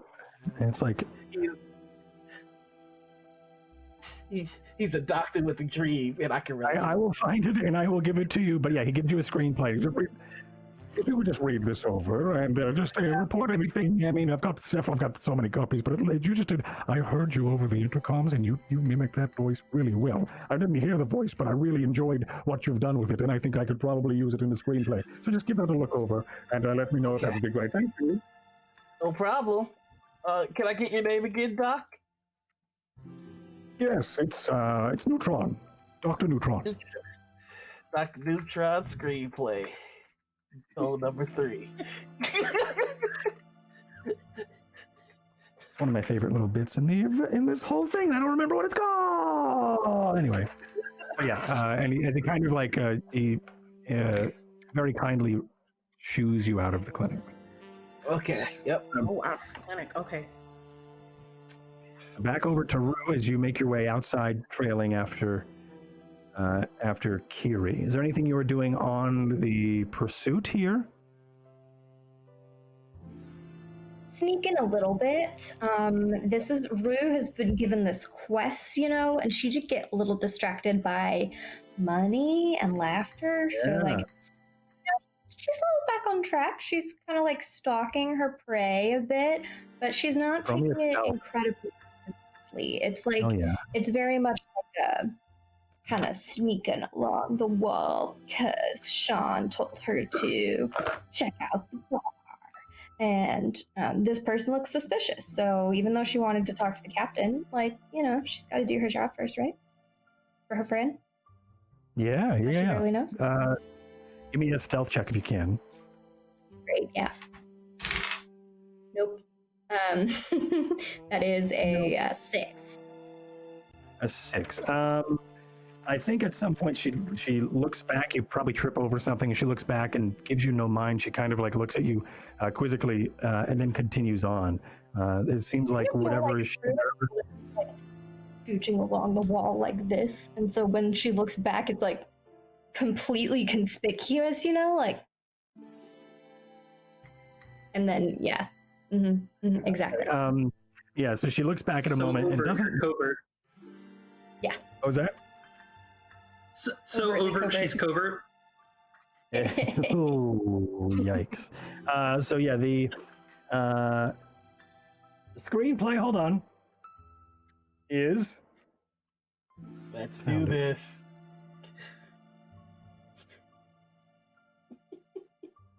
I thought it was named.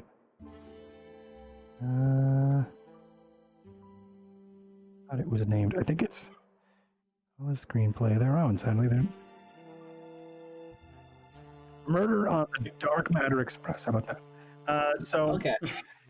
So the I thought it was named somewhere. Either way, that's what it is now. You follow Kiri. She looks over, and she, like I said, wherever she's going is more important than seeing you at all. But you do see that up ahead is the clinic, and she leads you right back to Edward and Soul as she makes her way inside. Oh, And you wait, three are met up again. I was gonna talk to her. Excuse me, wait. The doors close right behind. Oh, rude. So Edward, Saul, and Rue, you are all together again outside of the clinic. Together again. Hey, everyone. Everybody breaks into Young Frankenstein.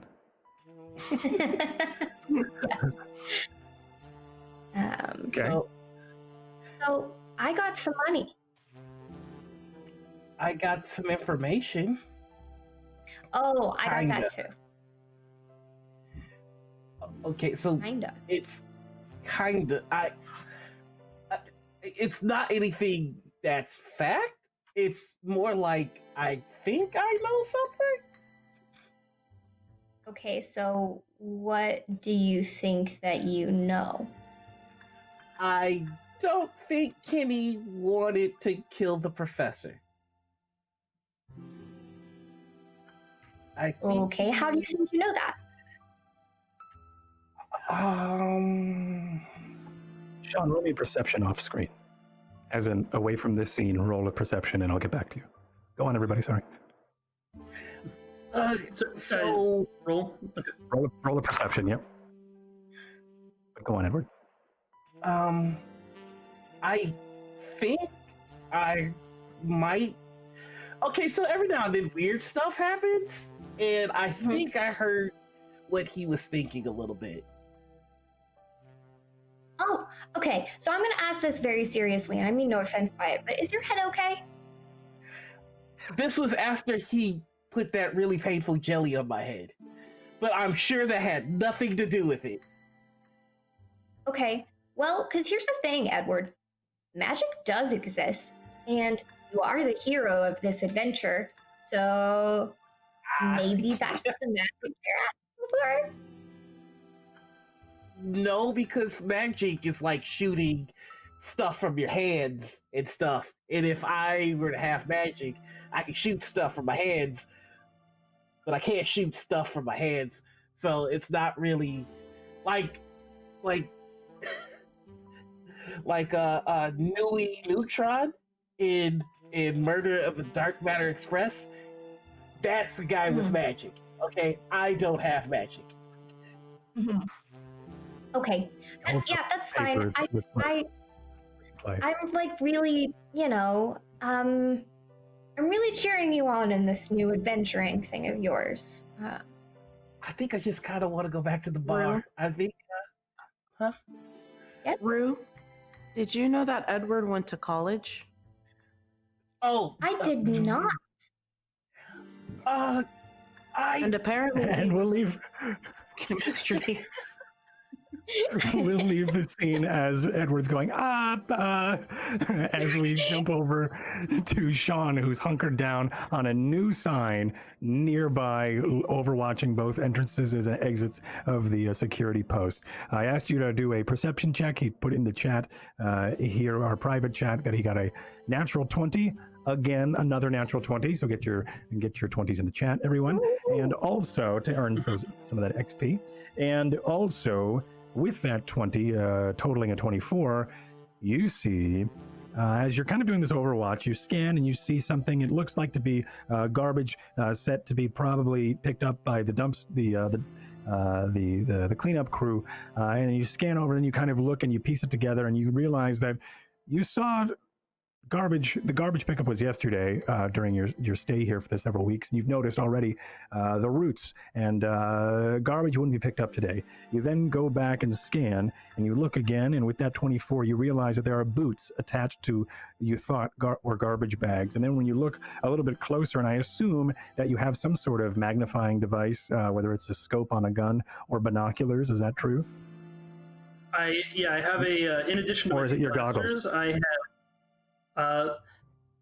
I'm actually got a sniper rifle right now. Okay, sweet. So yeah, you probably see it, and then when you go back, you zoom in and you fiddle with the scope, and you realize that those boots are attached to legs, which are actually attached to a face-down body in an alleyway to the side. I'm trying to get there as quickly as possible. A grappling hook. Okay. Yeah, I assume. Let's for fun. Let's give me an athletics as you try to rush there as quickly as possible. Can I do acrobatics instead? You can do acrobatics instead. That is a 23. Wow. Okay. So with ease, you undo the grappling hook. You hook to a nearby ledge or something and rappel down, and then you retract the grappling hook, tie it up as you make your way towards this body. You do see that it is a face-down dwarf. Do you go ahead and give me a medicine check? All right, medicine. That's a 10. The wounds on this dwarf, it's obvious, were meant to kill the dwarf. There are slashes across its neck, and there are stab wounds inside on its torso as well. And left, as you roll it over, you see that the torso is riddled with these deep-cut stab wounds, as well as the neck has been sliced and looks like some sort of fit of rage. I roll him over to see the face. And I am doing this in a rush because he's already dead, so don't need to necessarily here. And also, someone's driving off, and I'm about to be chasing him. Yeah, the dwarf is dressed in plain overalls and a beige shirt. Do make it does reveal on his boots that they are Nomad security. Mm-hmm. So I'm going to take a photo, and then I'm going to go after that garbage pickup that just happened. Okay. Oh, well, the garbage pickup happened yesterday, so it was you piecing together that the garbage happened yesterday. So I saw this dwarf just laying here, and you said something you was thought it was happening. garbage. The garbage. You thought it was a garbage pickup, and then as you kind of pieced it together, you realized that a garbage pickup was already yesterday, so that wouldn't be garbage. And then when you went back to look at it, then you realized it was a body instead. Okay, gotcha. Okay, so there's no one that I saw leaving. Yeah, okay. This is just a left body on its own in an alley. Mm-hmm. Gotcha. With the insignia of security. Okay, and this body, I've just noticed this fairly recently. Okay. Yes. Did you? Okay, I guess go ahead and make me an investigation. Yes. Okay, 14 plus 0, so 14. The ID bracelet that we've already established. The ID bracelet belongs to Bardor Hammerfist, security agent of Port Nomad Security. He also does have wrinkled in his halfway stuffed into the front pocket is a bar napkin with looks like to be some sort of speech or notes about confronting someone. As you read more about it, it does look like he was going to confront Sir Helios about, and there are arguments. And as you see the bar napkin, it's this little square. You start to unfold it, and you realize that it is like dog-eared and written all over, like he was rehearsing to talk to someone about this. A little bit of blood is smudged on this bar napkin that is written with pen, and it says on it like it says it's you can't keep hiding this forever. And as you read as you read further down, you realize that he is talking to Sir Helios. And it was crumpled up and stuffed in his pocket. Who is still in the building? Yes. Okay. And I have reason to believe that he's still in the back. Yes, you have reason to believe that he's just still in the building. He hasn't left the building at all, according to you. I'm assuming this guy has a key to this back door. Security? Yeah, I think he would. Yeah, because he is security. Good call. Yep. I'm gonna grab that key, and I'm gonna try and slip in a notice and see if I can, if Helios is still in that room. Okay, go ahead and make me a stealth roll. All right, so that is a 17, 14 plus 3. Okay. Yeah, so yeah, you sneak into the back. The door only squeaks a little bit as you stay out of the light as much as you can. In the back room, where some of these cells are, Sir Heliohorus is not. He's not back here. He could be up at the front. Looks like you see the silhouette of him as he's sitting up front with his boots on the table, leaning back in a chair.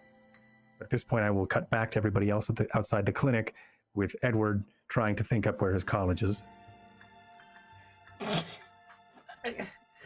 So that what I did in there about the college stuff, that was a lie. That wasn't true. I just said what I needed to say to get what I wanted. You lied? So you lie a lot? No, not hardly ever. I do. Only when. What? You told me you don't. Anyway. Oh, I never tell a lie. Doesn't that cause usually issues with trust? Certainly, and one should not lie. These are extenuating circumstances that I don't normally find myself in. But Edward, you should say that you studied chemistry, because that explains why you have such good chemistry with people. I went chemistry for the whole mixology thing because I'm a bartender. Oh, right. Okay. Yeah, that too. You are very good at things. You know, it's a gift. So here's how I think about lying. So no. So I'm not lying to you. Wait, are you? No, you're being honest now. Yeah, I'm honest most of the time. Just that time I was not honest. I'm not even good at lying, honestly. I would not imagine you being good at lying, but I do kind of want to see it, so you can do it in front of me sometime. I don't like lying. I'm not good at it. It's not fun. But So here's how I feel. People can generally trust that they can't trust me, and that's okay. That's how I live life. I don't have very many connections. I don't have a lot of friends, except Edward, because I think he's honest all the time. And that works for him. It doesn't work for me. So, the other day, when I told you that Sean is a deep-sea diver who likes to spend more time underwater than up on land, that wasn't true. While this is happening, can I get a perception out of the three of you? Yes. 4 of you, but Sean, could I get you at a disadvantage because you were inside? Hey! I think I would choose nat 19. Yeah. I got You did what? I'm sorry. So 19 plus 1. I got a dirty 20. Dirty 20? I got a 9, but I think Rue would fail this one anyway because she's Right, because you're off in on the middle of table. explaining. Yeah. Awesome. I got a I got it. 6.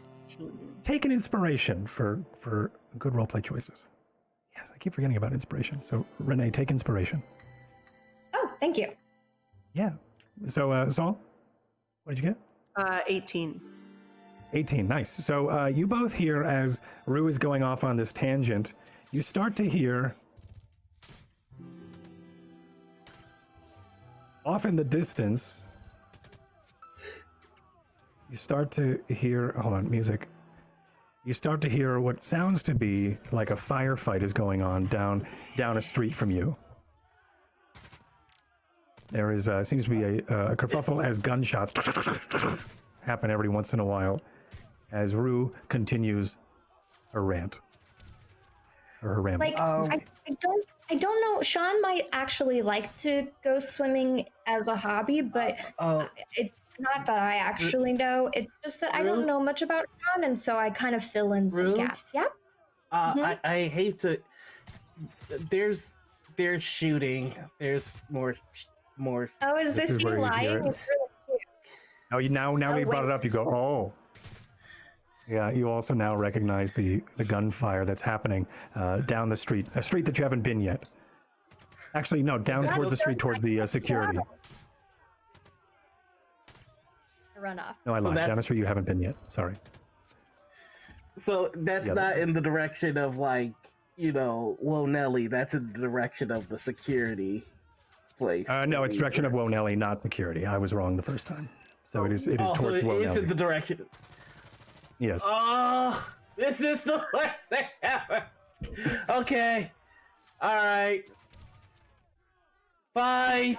He just starts walking towards the firefight. So Edward kind of grappling with his own fate, realizing this is probably just what my life is supposed to be. That's how his reaction is. Rue, how do you react to an ongoing firefight, as well as Sol? How do you both react to a firefight that is just erupting out of the port night sky? I don't know. I've never seen this before, so I'm kind of just looking, observing. Sure. So these are now noises that are new, that were once foreign to Sol, but now are being introduced. Okay. Rue? I was promised trouble, and trouble has arrived. So I am pursuing the trouble. So with a flick of the tail and the ears perking, I think we all see Rue just start to looks, and we've seen this happen before also when the Thorol was caught by Rue, that sense of excitement and that charging moment of Rue. I think Rue does the same sort of thing where she stops her ramble for a moment and then gets excited and starts to bolt towards where the action may be. I think followed by also Edward, who is reluctant in doing so, and a curious soul. What did you roll, Sean? I got a 6 on that perception. My dice finally have said enough's enough. All right, so you are back you are unaware of what's going out front, back at the station. But you gave Rue your number, right? So you should be fine if anything was to happen, potentially. I did, and I mean, right now I'm very focused on, Helio Horus. So yeah. Okay. I'm going to slip back outside. Okay. And I'm gonna make another perception. Okay.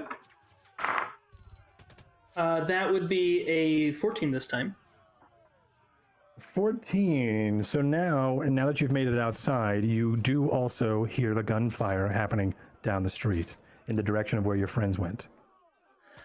Well, I will be dealing with that in a moment. And I'm gonna take a couple extra photos of the dead dwarf, and then I'm going to grab his. I'm going to check and see he has a communications device on him.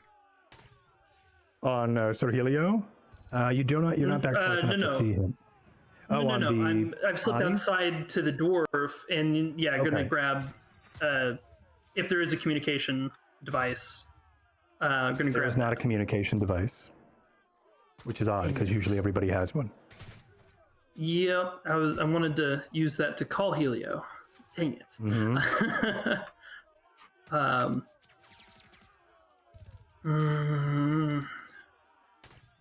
God, I just know that second I deal with that, this is going to disappear.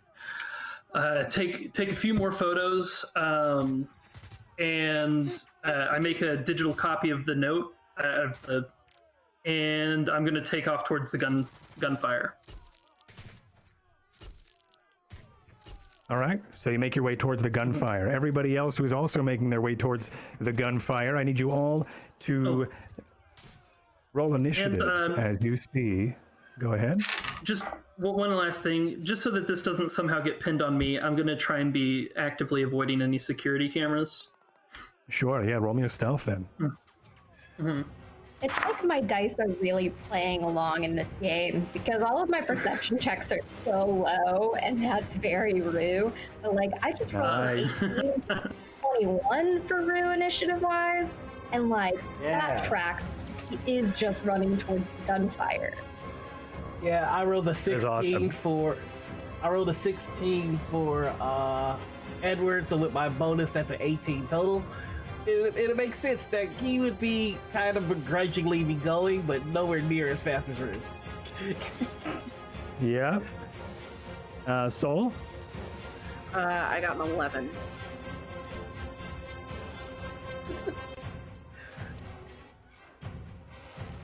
Okay.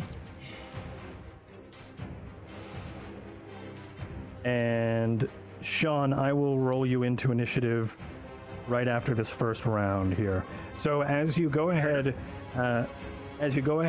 and make your way down into the valley, or into where these streets are, it's called the valley due to the sinking of the track here. The road does sink a bit into the asteroid, this hollowed out asteroid, where a lot of shops and things, including the bazaar, and now what seems to be toppled wreckage of vehicles, as there are these two organizations pointing guns and shooting at each other.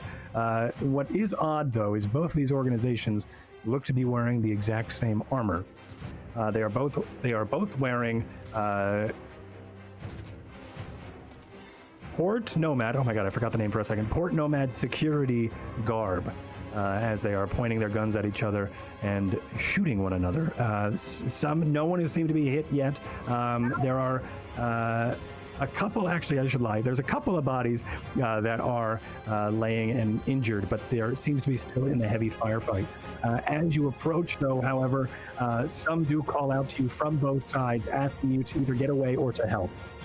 What do you do? Rue, it's your turn. Hey, are you the people I heard about? Nobody responds.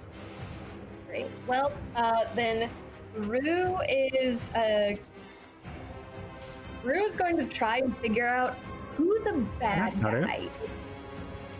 Hold on. I'm pressing the wrong buttons here. Go ahead. And who the bad guy is? Who the bad guy is, because I don't actually know. Okay. Go ahead and roll a... Insight, maybe? Yes, insight. Okay. Whoa, that's a natural one. I don't know. You have no idea. You have no idea. So as you're making your way over towards... Sean is not in yet, so we're just going to put him over on the top of the building. As you all make your way in, there is a group closer to you, but they are firing. It looks like about 85 feet away as they're making these shots. It does seem like these shots are hitting the ground before they are making it to one another. Edward, you are up next. What do you do during this firefight?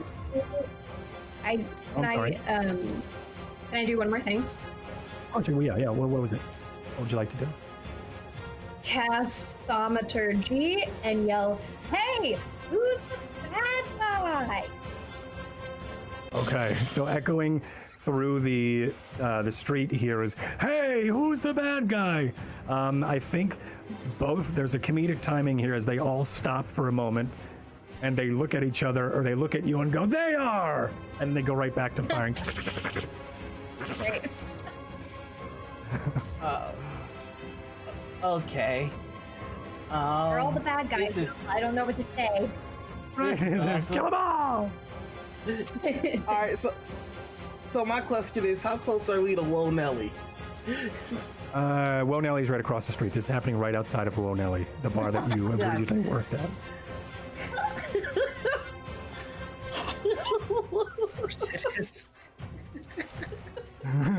Part of me just wants to have him walk in the middle of the firefight You've played a lot of into the fiasco. bar. Go into the bar, pour himself a drink and go, "Fuck this." All right. Just walking as like the guns fire in front of you and you just, "I'm getting a drink." All right. So I am going to fudge. I am going to look at the one closest to me and yell, "What started this? Why are we fighting?" One of them turns and looks at you and goes, "They're terrorists. They've been organizing. Like they've probably done the explosion at the bar." Probably. We're shooting over a king. Probably. And then Edward And is you hear going from to the other side, "No, they're terrorists. They're the ones who fired. No, they started this." Rue at this point turns to Soul and says, "Soul, one or both sides are probably lying." So, Okay. Edward is going to try and make what happened at the hospital happen again, and I am going to leave it up to you, DM, to see if he successfully does it. So what you guys see is, all right, maybe. What are you trying to do? Rue's right. You're trying to meld into their Attack mind? thoughts again. Yeah, so he's Okay. like, okay, maybe Rue's right. Maybe there's something to this, and he's gonna go. Okay.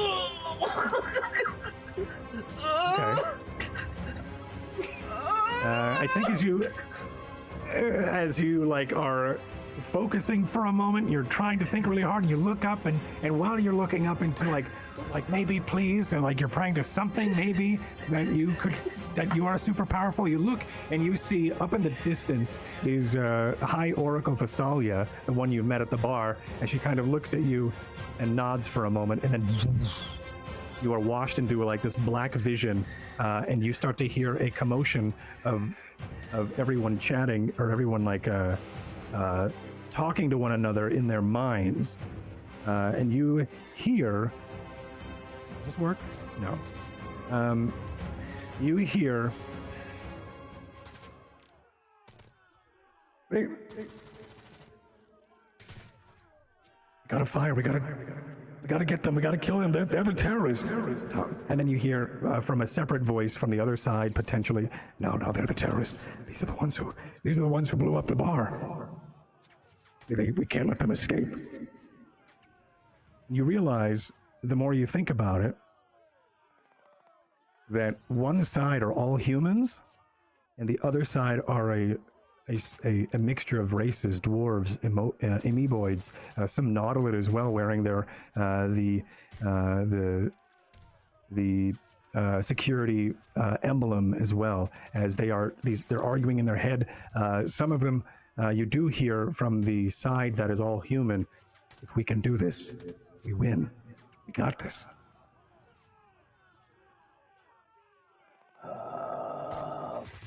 Fudge. And then from the side with all of the collective races, you hear, "We have to stop them.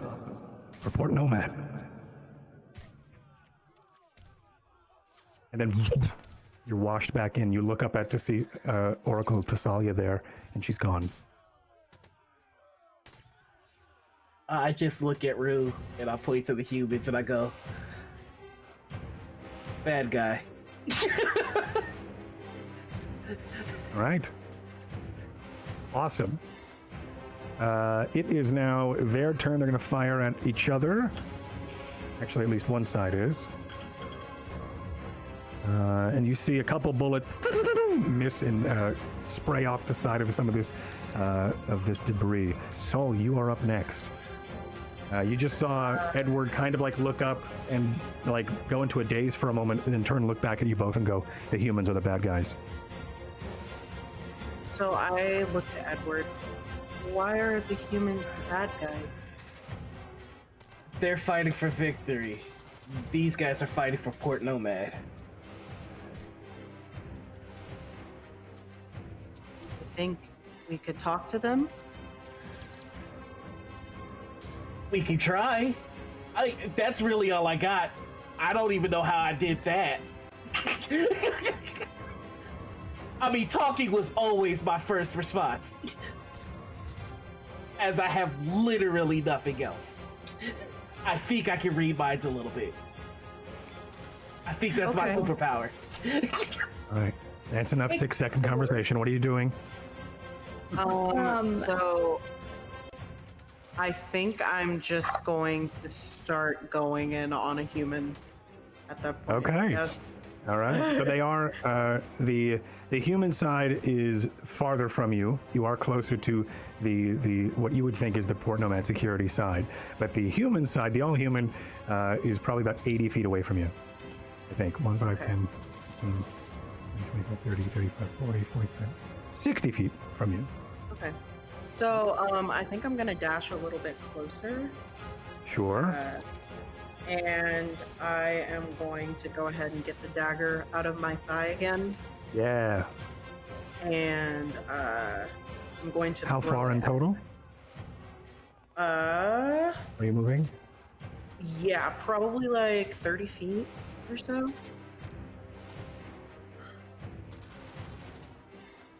Hold on. One. That's not you. No, that is you. Okay. So beelining it down the street is. Yep.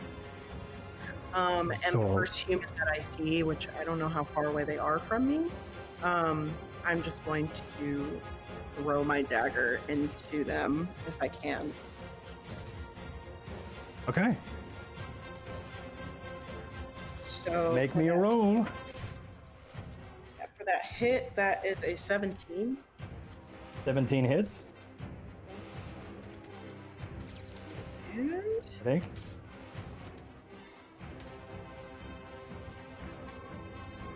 That is a 4 damage. 4 damage. Okay, with that dagger? Yeah. 4 necrotic. Okay. All right, so running forward, splinting knife hands is Saul, and also knife hands is throwing this knife across and hitting one of them as it. It's antimatter. It's an antimatter dagger. Is that what you said earlier? Wowie. Okay. So as it hits, you see, anybody who is watching sees that like it ripples with this purple energy as this person stumbles outside of viewing range behind some cover for a moment as they take the 4 damage. Nice. Anything else? That's good for my turn. Okay. That turn, they are going to fire now at you. I don't think that's going to hit at all. It's like that's an. It is 12. Does that hit you? Nope. Okay. Yeah. So that fires at a 12. This one, 19.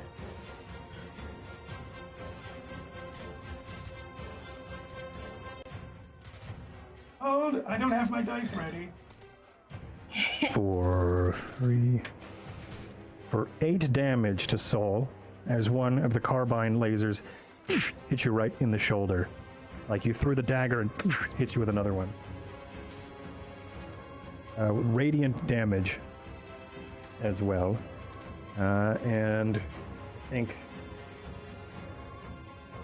one of the others, from on your side, Edward and Rue, you hear one of the officers on your side also gets hit as well. Ah! And now it's top of the order. Sean, roll into initiative here as you arrive to the scene. Well, now. All right. So that is a 23. Okay, a 23. Nice. So you start right at the top. So it is your turn. All right. So as I come onto the scene, I'm gonna draw my repeater. Oh, we shooting. And seeing, I see my friends shooting at the human group, so I'm gonna trust that they know what they're doing, despite evidence of the contrary. And I will take a shot. Let's see how I do. Okay, well that is a 17. Is that going to beat their AC by? Does that beat their AC by 5? No. It does not. Okay, well I am going to be using a bonus action to over my pistol to deal an extra D6 of damage. That is 13 damage. Howie. Okay. Mm-hmm. And that'll be my turn. 13. Nice. What does this look like? Are you shooting right from there, from where you walked in, or are you moving? I'm charging forward, and I'm going to try and get. I'm going to try and take cover behind the burning ship near the stairs, or burning car. It's over here? I'm not entirely sure what that is. Yeah. Okay, it is a burning car. Mm-hmm. Awesome. Okay. As you fired and did 13. Yeah, Okay. 13 radiant damage. All And right, then as my pistol's glowing hot, I'm gonna go ahead and holster that one and draw another one. Okay. Mm-hmm. And that'll be my turn. And that'll be the turn. Okay, so it's overheated and you're dropping to quick draw another one. Nice. Correct. All right. Rue, you are up. Okay, Cord. Friend Sean just showed up and bowled through both of you as he makes his way and slides over to the debris of a burning car, and all the while throws down a gun and picks out a new one. What do you do? Last week when we were doing Rue's accessories, you mentioned she had like a security pouch. Yes. I would like to pull that out, clip it to my vest, my nano vest, and with thaumaturgy again say, all port Nomad security are ordered to lower their weapons. Okay, go ahead and make a persuasion. Okay. No pressure. I know, right? That is a 15, checking Rue's character sheet for what her persuasion is, because I know she was proficient in it. Yeah, okay, that's a not natural 20. Okay. And then she's, standing with her fists on her hip and the badge prominently placed. Okay. So, 2 of the 3 lower their weapons on your side, lower their weapons, and they kind of like look over at you confused. They've never seen you before. But one of them continues going, "Why do you guys stop fighting?" And while the other side, you hear, "Now's the time! They're gonna lower their weapons!" And then they start to fire even more. And the humans are on the other side? Yes. Yep. Is there anything else you'd like to try? At that point, if they're very obviously bad guys now, like for surezies. Yeah. That kind of Rue will confirmed. say that also in the thaumaturgy. Just kidding. They are confirmed very bad guys for realsies. Please continue. Just kidding. All right. So like a storm announcer voice, or like the megaphones that are echoing through. Yeah, you hear, "Just kidding. They have confirmed bad guys for realsies." That's them. Perfect. Awesome. It is going to be Edward. You are up, my friend. Okay. This is fine. I'm kind of doing a quick look for the Oracle to see if she's anywhere. Yeah, go ahead and make a perception. Or an investigation, excuse me. Okay. Investigation. Here we go. Nat 20. Nat 20? Okay, yeah, sure. I can't say no to a nat 20. Yeah, up on one of the flickering lights, I think, leaning out over one of the signs confidently is Oracle Thessalia. I forgot her name for a second. Hi, Oracle Thessalia. She's kind of just watching everything expectantly. I'm just gonna be like, like, what's real, right? Can I? She kind of shrugs. he just takes that shrug and goes, okay. Yeah, she shrugged before, which confirmed something to you down at the bar. So with that same familiar, like, you're gonna do it anyway, kind of. Like, all right. Awesome. If I would like to cast Eldritch Blast for the first time. Yes. Awesome. Cool. And like, as something actually happens, he goes, "Oh shit, Roo!" Wow. Yeah. So for one blast, that's going to be a 16 plus 6. So math. All right. Yeah. Hold on. 21. And for the other one, it's a 17 22. plus. 16 plus 6? Yeah, 22. I can math. 22. Leave me alone. Sorry, you're right. And then 21. then the other one's a 23. All right, cool. Yeah, those both hit. So yeah, I just. Are you see him, moving like, anywhere, or are you going to blast from that far? He's going to blast from right where he's standing. All right. His Eldritch Blast. Well, hold on. Let's see. Can he do that? Yeah, I'll let you move up if you need. His range with Eldritch Blast is 120 feet. Oh yeah, go nuts. Eldritch Blast is far. Wow, I didn't know it was that far. No wonder everyone uses it all the time. Okay, go ahead. So I just see him just doing this, not knowing what's going to happen, and electricity kind of gathers from the light all around him, swirls around his hands, and just goes firing off. And he does with the first bolt. The first bolt's going to the human group in the middle. No, the human dude in the middle. That's going to be 13 damage. 13 to the dude in the middle? Yep. Okay. And then, you know what? The dude in the middle's gonna get both of them. Why not? And that's another 13. Wait, hold on. That's 9 plus. Yeah, 13. Okay. Go ahead and explain how you've stopped this, how you've ended this person's combat. So he just, the electricity gathers in his hands, and he's just like, I don't know what's happening, and he just shoves it. And it's just like it's tearing the asphalt as it makes its way to him, and it just like cuts through the little bit of cover he has. Yes. Straight, and sends him flying back. Yeah, all right. So the body of the center trooper disappears in debris as it's kicked up from the Eldritch Blast, flowing forth from the now the reborn Edward as he starts to cast magic for the first time.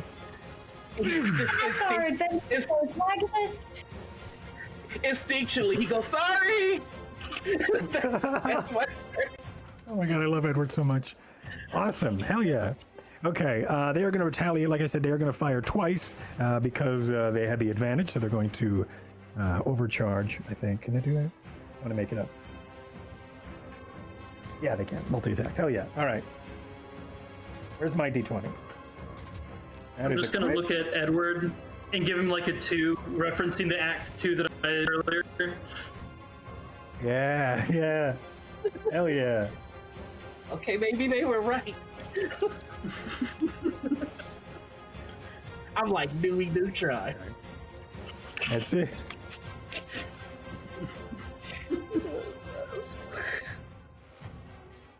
It was then Edward discovered his abilities. Okay, so I will roll a bunch of damage if I can find it. Oh no. Okay, so someone on your end actually gets shot in the shoulder and then one through the visor on his helmet, and he falls flat on his back in front of you. That's in front of you all, right on your side, as he crit, and he hit and then crit, and then also someone on your side takes some damage as well. He catches a bullet in the shoulder. Okay, as another one catches I think it catches some shrapnel from the debris in front of them as it kicks up underneath their mask. As they and they try to compose themselves and aim down the sights for some more shots. Saul, it is your turn. You are up close, just threw a dagger that hit one of them. That person disappeared. I pinged the map on accident. Disappeared into behind the debris. This is the one you shot at right here. I hope you could see them. Yes. And they disappeared for a moment, but then regathered themselves and is now aiming the sights at you. What do you do? Okay. So this is going to be the first time they use telestep. So they're going to have their dagger in hand, and they're going to go ahead and do telestep. So I can blink around the battlefield with ease, and as a bonus action, I can teleport to any unoccupied location within 10 feet of what I see. So what you're telling me is you are going to teleport to them. Okay, that's badass. Go on. And so I'm going to do it to where I am behind them, and I'm just going to take the dagger and just kind of stab them from behind. Nice. So it's like you were walking, you've appeared behind them in the same direction and stabbed behind. Yeah. Sick. Okay. Yeah. And let me go ahead. Do you need me to roll for that or anything? That stab? No, it hits. Yeah. Go ahead and roll it. Okay. I was like, What? What a great game. Yeah, no, go ahead and roll. That's an 18 hit. An 18 does hit, yes. Okay. Let me go ahead and roll that damage. That is a 4 damage. Nice. So, like a badass, Saul disappears, reappears behind, still in the same direction, and with ease stabs into the back of this trooper as he recovers for a moment and tries to spin around and attack you. It is the security side. I think I actually did that wrong. Whatever. Security is now going to fire back at these.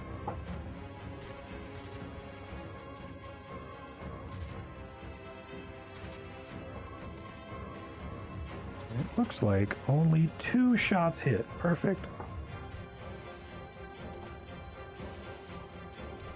Okay.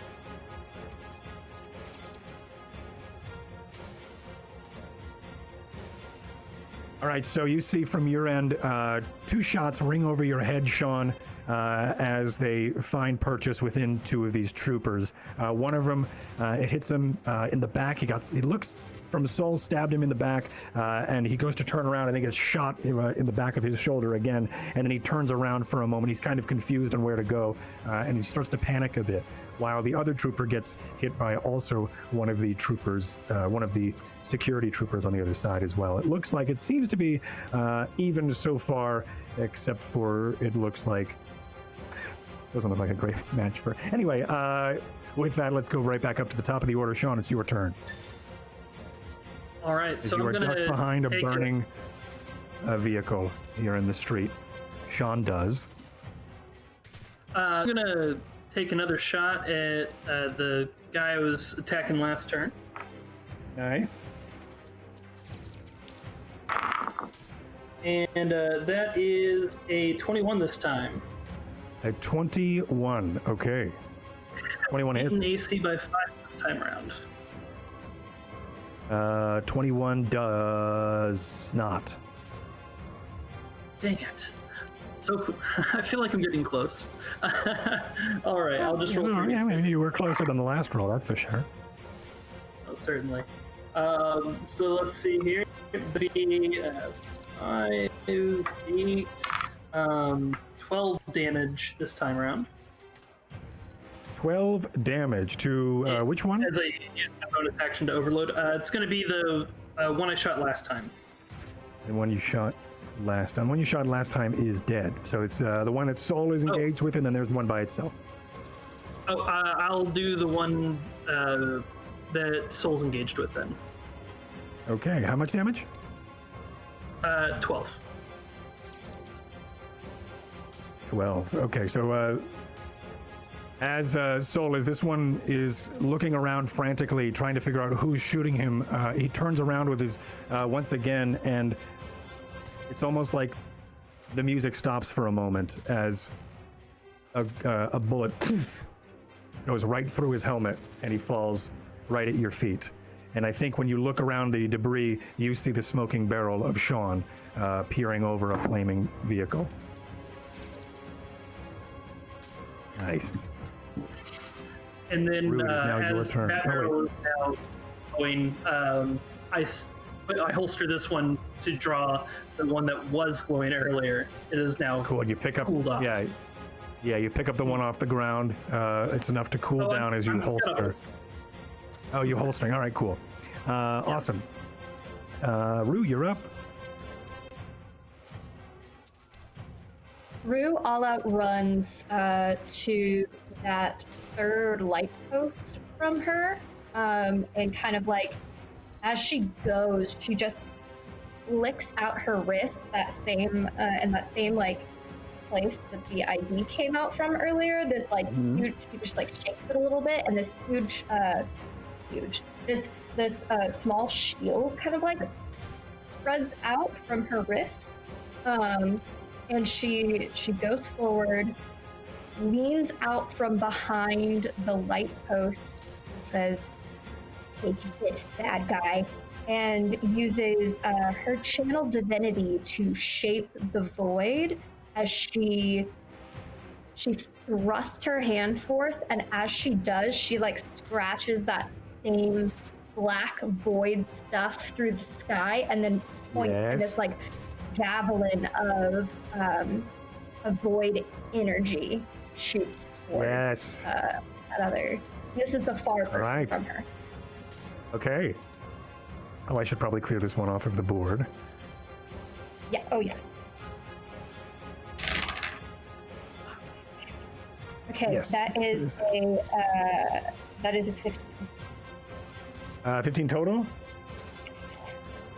Okay, so I think if we focus here on Rue for a moment, the loose, bangled, jangly bracelets that she has, she kind of shakes her wrist around a bit, and they start to interlock as if they were magnets being activated into a bracer, or at least a stacked bangle bracer, and then activating what looks like to be some sort of hollow shield. And in that, she says, "Take this, bad guys," and scratches the air, and tearing void in reality itself to throw a dark javelin like thing towards. I said thing, how dare I? Towards the villain, unfortunately sailing right over his head. But it was badass. That was really cool. Anything else you can do? No, that's her turn. But Awesome. she just kind of cursed under her breath and put her back up against the light post. Nice. Okay, Edward, you're up. Okay. All right. This is cool. All right, he's just going to mimic the motions, and like as he just puts his hands in the same position, the electricity starts to spark again a little bit, but it's like weaker than last time. It's like, okay, good enough. And he shuts his hands forward, and so the first one is a 10, and then the second one is a nat 20. And that's a critical. Go ahead. I would like to do something with the 4 if I could. With the 4, of course, I would like to use it happened like As long as this. it's not hit. Okay, yeah, go ahead. Oh no, sorry. It's Pact of the Hourglass, which says additionally you can sometimes recall events that have not yet occurred. You gain advantage on an attack roll or an ability check or a saving throw. After doing Advantage on an attack roll? Yeah. So Okay, I'd like to then you get can do it. You can do it retroactively, right? I don't know. That's what that means. Can you do it after you roll? I don't know. You know who probably does? Hey. All right, let me just whip open the Chronomancy handbook real quick and double check the wording on that one because I don't It's Pact of remember that one. I have not in this? exact. It is not in Dark Matter. It is in another book that you can purchase at mhp. Or store.magehandpress.com. Oh yeah, yeah, we're get that in the but- chat. Thank you. Yep. But just take 1 second to pull it up. Sure. You copied and pasted it, Noir? Yeah, it's in the chat. After the hourglass, you age It saves me time. age at half the normal rate. Oh, that's cool. Becoming 1 day older, each 2 days have passed. That's sweet. That's not going to be weird later. Additionally, you can sometimes recall events that have not yet occurred. You can gain advantage on the attack roll, an ability check, or a saving throw. After doing so, you can use this ability again until you complete long rest. How about for this case? For this case, you can, because Oracle Thessalia is there to guide you. Otherwise, probably not. So let's Okay, go ahead and cool. say you can. You normal can do it conditions, it would retroactively say- here. Go ahead. Used it before. I'm here for that. I'm sorry about that. Yeah, but I just want to. It doesn't matter And because what- I know the tip. What are the actual rules, Justin? Normally, you wouldn't be able to do it retroactively with this specific ability. We do have some in the Good Chronomancy to book know. that do, but I am a fan of the DM Flex, so There it is. I'm here for it. That's right. Yeah, he flex on misses that. it regardless, so it works All right, out. cool. So the first one is just like a pching, like Yeah. okay. He looks back at the Yeah. Oracle, like She's He gone. looks back at the. Oh, for God's sakes! And like he's not even looking. When he says it the second time, it's a nat 20. So Awesome. and so let's roll the die. I love just getting scared of your own powers. Oh no! 7, 8. So that's 15 plus 4, 19. All right, 19 damage. Yeah. Okay. Would you like to explain how you defeat this creature? Yeah. So, seeing the javelin of darkness that Rue shot out, I think that the first shot was just electricity grabbing those void spears, and the nat 20 was just him bringing them down with his eldritch bolt. So like hands of lightning grabbing the spears of darkness and stabbing it down. Whoa. Okay, so with the mist void spear, you're gonna like catch that with your bolt to then bring it back to reality. Oop! There goes gravity. Okay, awesome. Awesome. Okay, yeah. So the miss exactly, Mom Spaghetti. You miss. So Rue misses with Mom Spaghetti, and the dark javelin flies overhead, and the eldritch blast crackles to life as you are like uncertain of your own power as you catch that bolt that has sailed probably 20 feet beyond its target. As then, and you, I think for a moment we see Edward try to like concentrate and guide this thing and like steer both the dark eldritch magic as well as the void magic that is combined in this bolt here back to the target. And it just, and you, if the camera is stuck to the eldritch blast or even the javelin itself, it zooms past and then it just starts to arc, and you start to see the sides of the street as it focuses in on the face of this last trooper, this last terrorist member, and as it splashes into the helmet. It doesn't explode the helmet, but it explodes a purple dark viscera. The inside of the helmet it slumps to the ground. Though I need everybody here to make dexterity saving throws. 15 for Rue. 15. 19. So 16 total.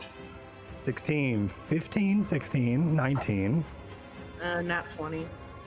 And a nat 20. Hey! Okay. So No big deal. No big deal. yeah, coming from yeah, exactly. Get those 20s in the chat. So Sol, I think you see this first, but coming from around the corner, I hopefully this one. A vehicle comes careening around the building in front of you and starts to make its way toward you. It careens, but it's very close to where you are, but you're able to phase out of existence for a moment as it drives through where you would be. You appear back, looking behind you down this track of debris that's all in front of us, or I guess behind you now, towards your friends, as a dark vehicle with chromed out detailing starts to make its way, driving down through the debris and running over tires and some of the bodies as well, as it looks like it's trying to make an escape. I would need everybody to make a perception check.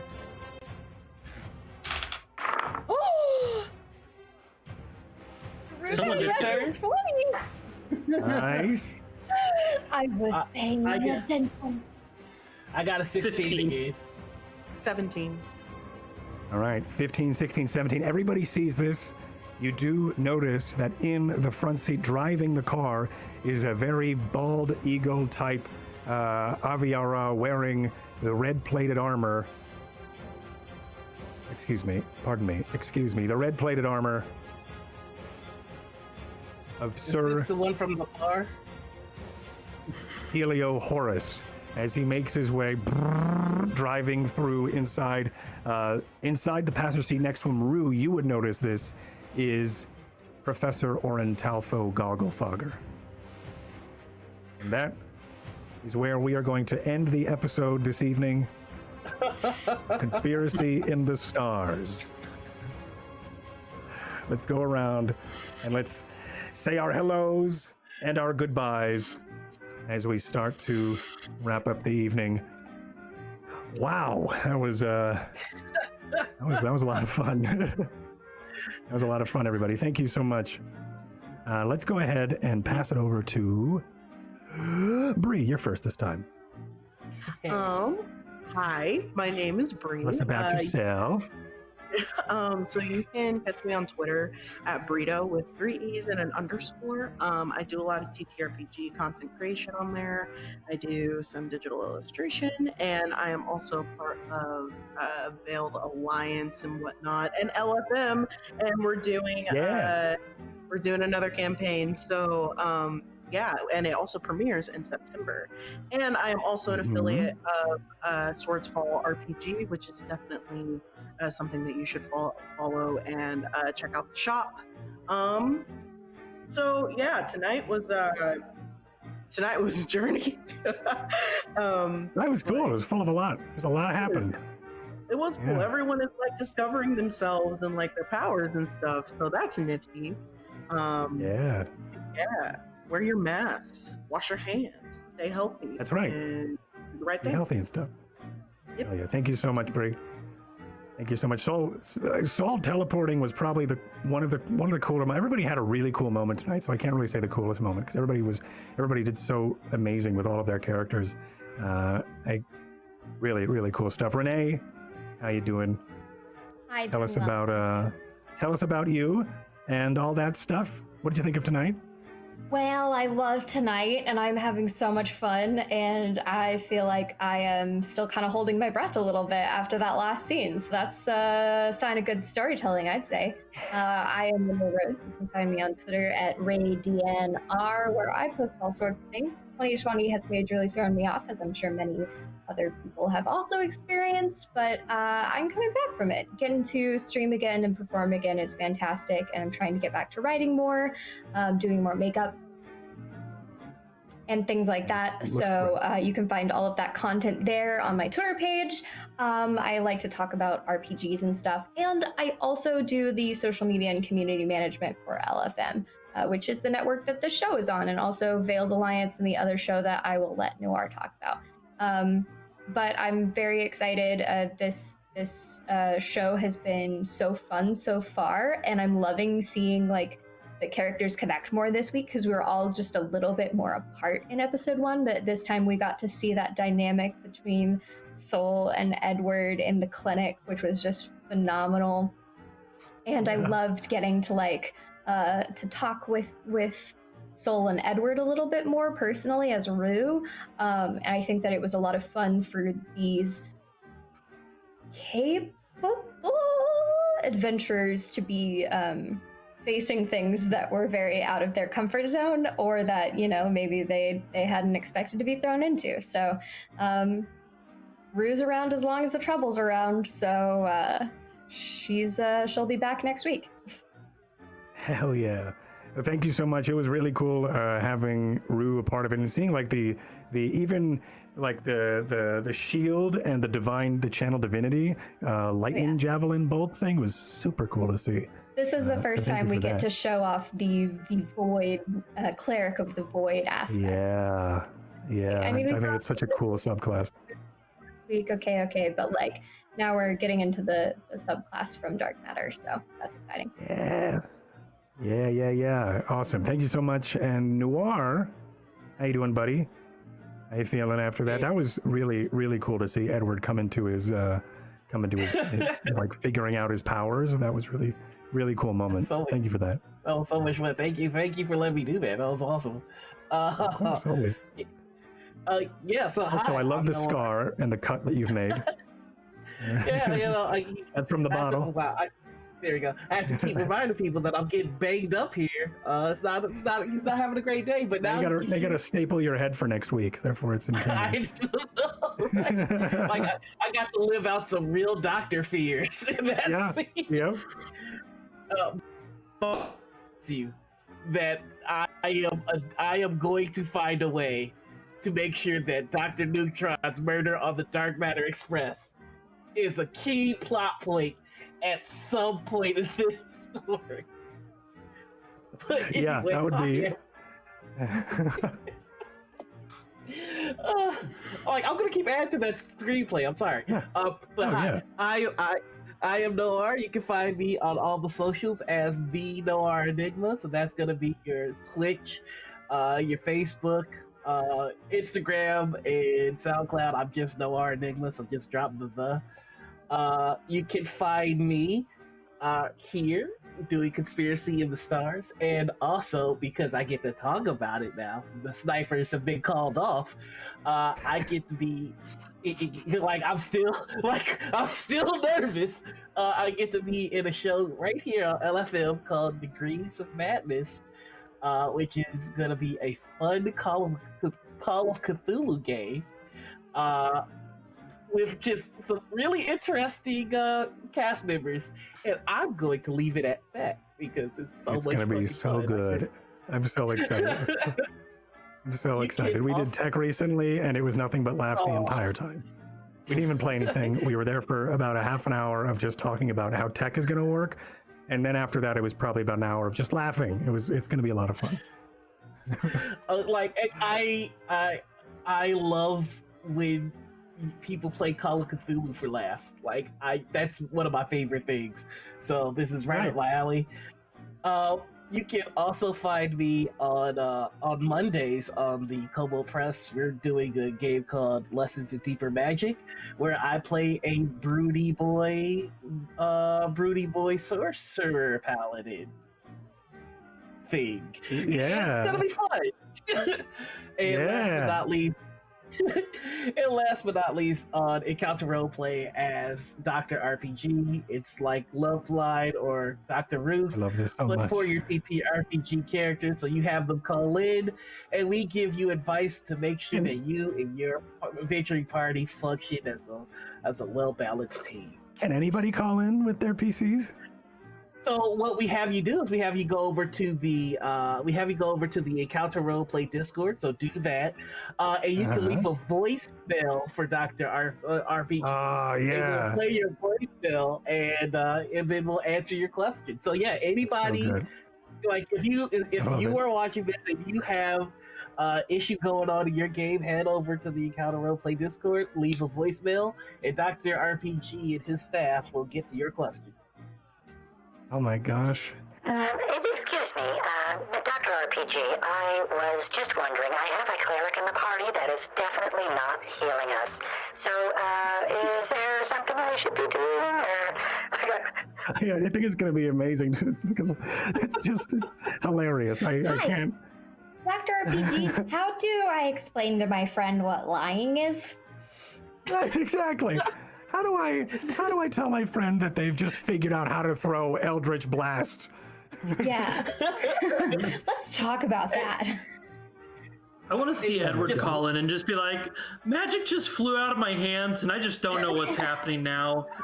You should do that. You should do that. I might have Edward send in a question to Dr. RPG. For reasons. If I could just plug one last thing real quick, really hot quick. Yes, you can. Just 1 second. There we go. So you guys should check out the Here to Stay brand line that's created by our one and only Soul, because it makes fantastic stuff for PLC players and people in the community. Yeah. So do that. Hell yeah. Awesome. So I have links in the chat as well. Thank you so much. No problem. Thank you. That's sick. Awesome. And also, That's so funny. now, Justin, who are you? What are you doing here? What makes you famous? Tell us a little bit about Sean. Tell us a little about Dark Matter. And also, how did you like today? Right. Did I ruin it? Did fantastic. You should just DM all the time. Like, it's amazing. You do all these great voices, these great characters. You bring the scenes to life. It's phenomenal. I'm just gonna keep showering you with praise as you hide yourself. Not even here anymore. Agreed. This is you time. You can't get away. But all right. I'll start talking about me. Okay, so I'm Justin. I'm the community manager for Mage Press. We made Dark Matter. It's everything you need to play D&D in space, so that people like Myth can tell amazing stories. And we just have a whole lot of fun. Making content so that hopefully we inspire people to do cool stuff. If you're interested in what's happening here, then check out our Kickstarter for the Dark Matter starter. So if you've never played D&D before, or if you have played D&D before, it's got everything you need to, hop right into space. So, it's a whole lot of fun, and there's a lot of fun add-ons that you can get in, like dice from Level Up Dice, cool Wormwood Vaults, and journals from Rook and Raven. Also, shout out to Level Up Dice. You are the reason why we had all these crazy crits from Edward tonight, or from Sean tonight.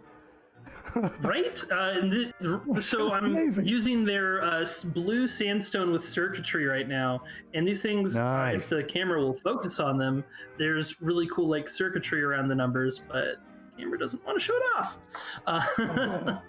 And they are solely the reason why you were making all those crits. So. Oh, 100%. I don't 100%. know. These guys just boom. It's great. Awesome. I really also want to know if you are out there and you are thinking about doing Dark Matter, excuse me, I almost said Dark Sun, which is also a part of LFM. We'll talk about that in a second. But Dark Matter, definitely, I want to hear in our Discord about the groups and the adventures and the dungeon masters who go ahead and throw a space game on top of their already existing fantasy D&D campaign. I think that would be hilarious, and I want to know about what happens there, because that would be amazing.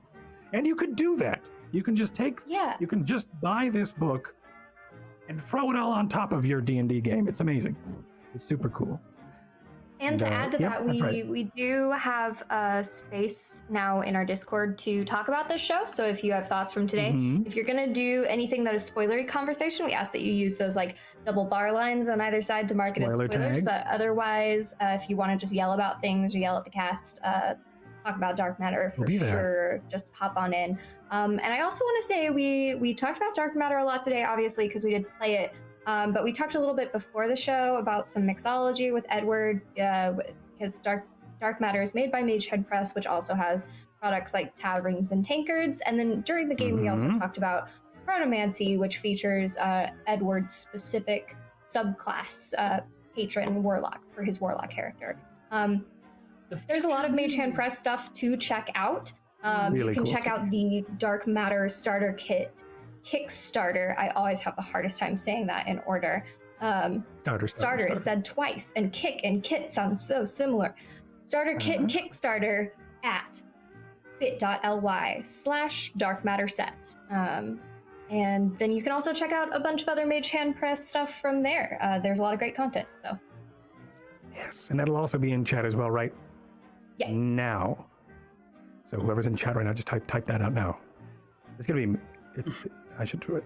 Okay, but anyway, my name is Mythomatic, or Cord. I am the producer as well as your narrator today. This is a lot of fun. I want to thank you all for being here, and I want to thank our mods. I want to thank you in chat for watching. Thank you, everybody, for supporting those subs, those follows, everything. Thank you very much. And if you're not in chat and you're watching this on YouTube, thanks for watching. It really does mean a lot for us here at LFM. I also do want to do a quick plug here. We will be starting up our Season 2 of Rise of the Veiled Alliance here in a couple weeks in September. 2020, you will start to see our Rise of the Veiled Alliance campaign get split into 2 separate campaigns, and you get to see what that means in a couple weeks. Thank you, everybody, for stopping by today. Anybody have anything else to say before we move on out? I just want to say I love this crew so much. And, like, y'all make this game so much fun, and I look forward to... I'm having so much fun with all of you. You know what I'm looking forward to? Whenever those cupcakes arrive, Edward, that would be great. Cupcakes! You know, I'm doing the best I can, all right? I just figured out I can shoot lightning from my hands. Kind of a big day. Tiny cupcakes, tiny cupcakes. Tiny cupcakes. Come on, man, make me cupcakes. Exactly. Thank you, Maybe everybody. I can summon tiny cupcakes. Yeah, exactly. Eldritch cupcakes. Good night, everybody. Be well. Take care. Wash your hands. Wear your masks. Good night. Tell great stories and all that. Be well.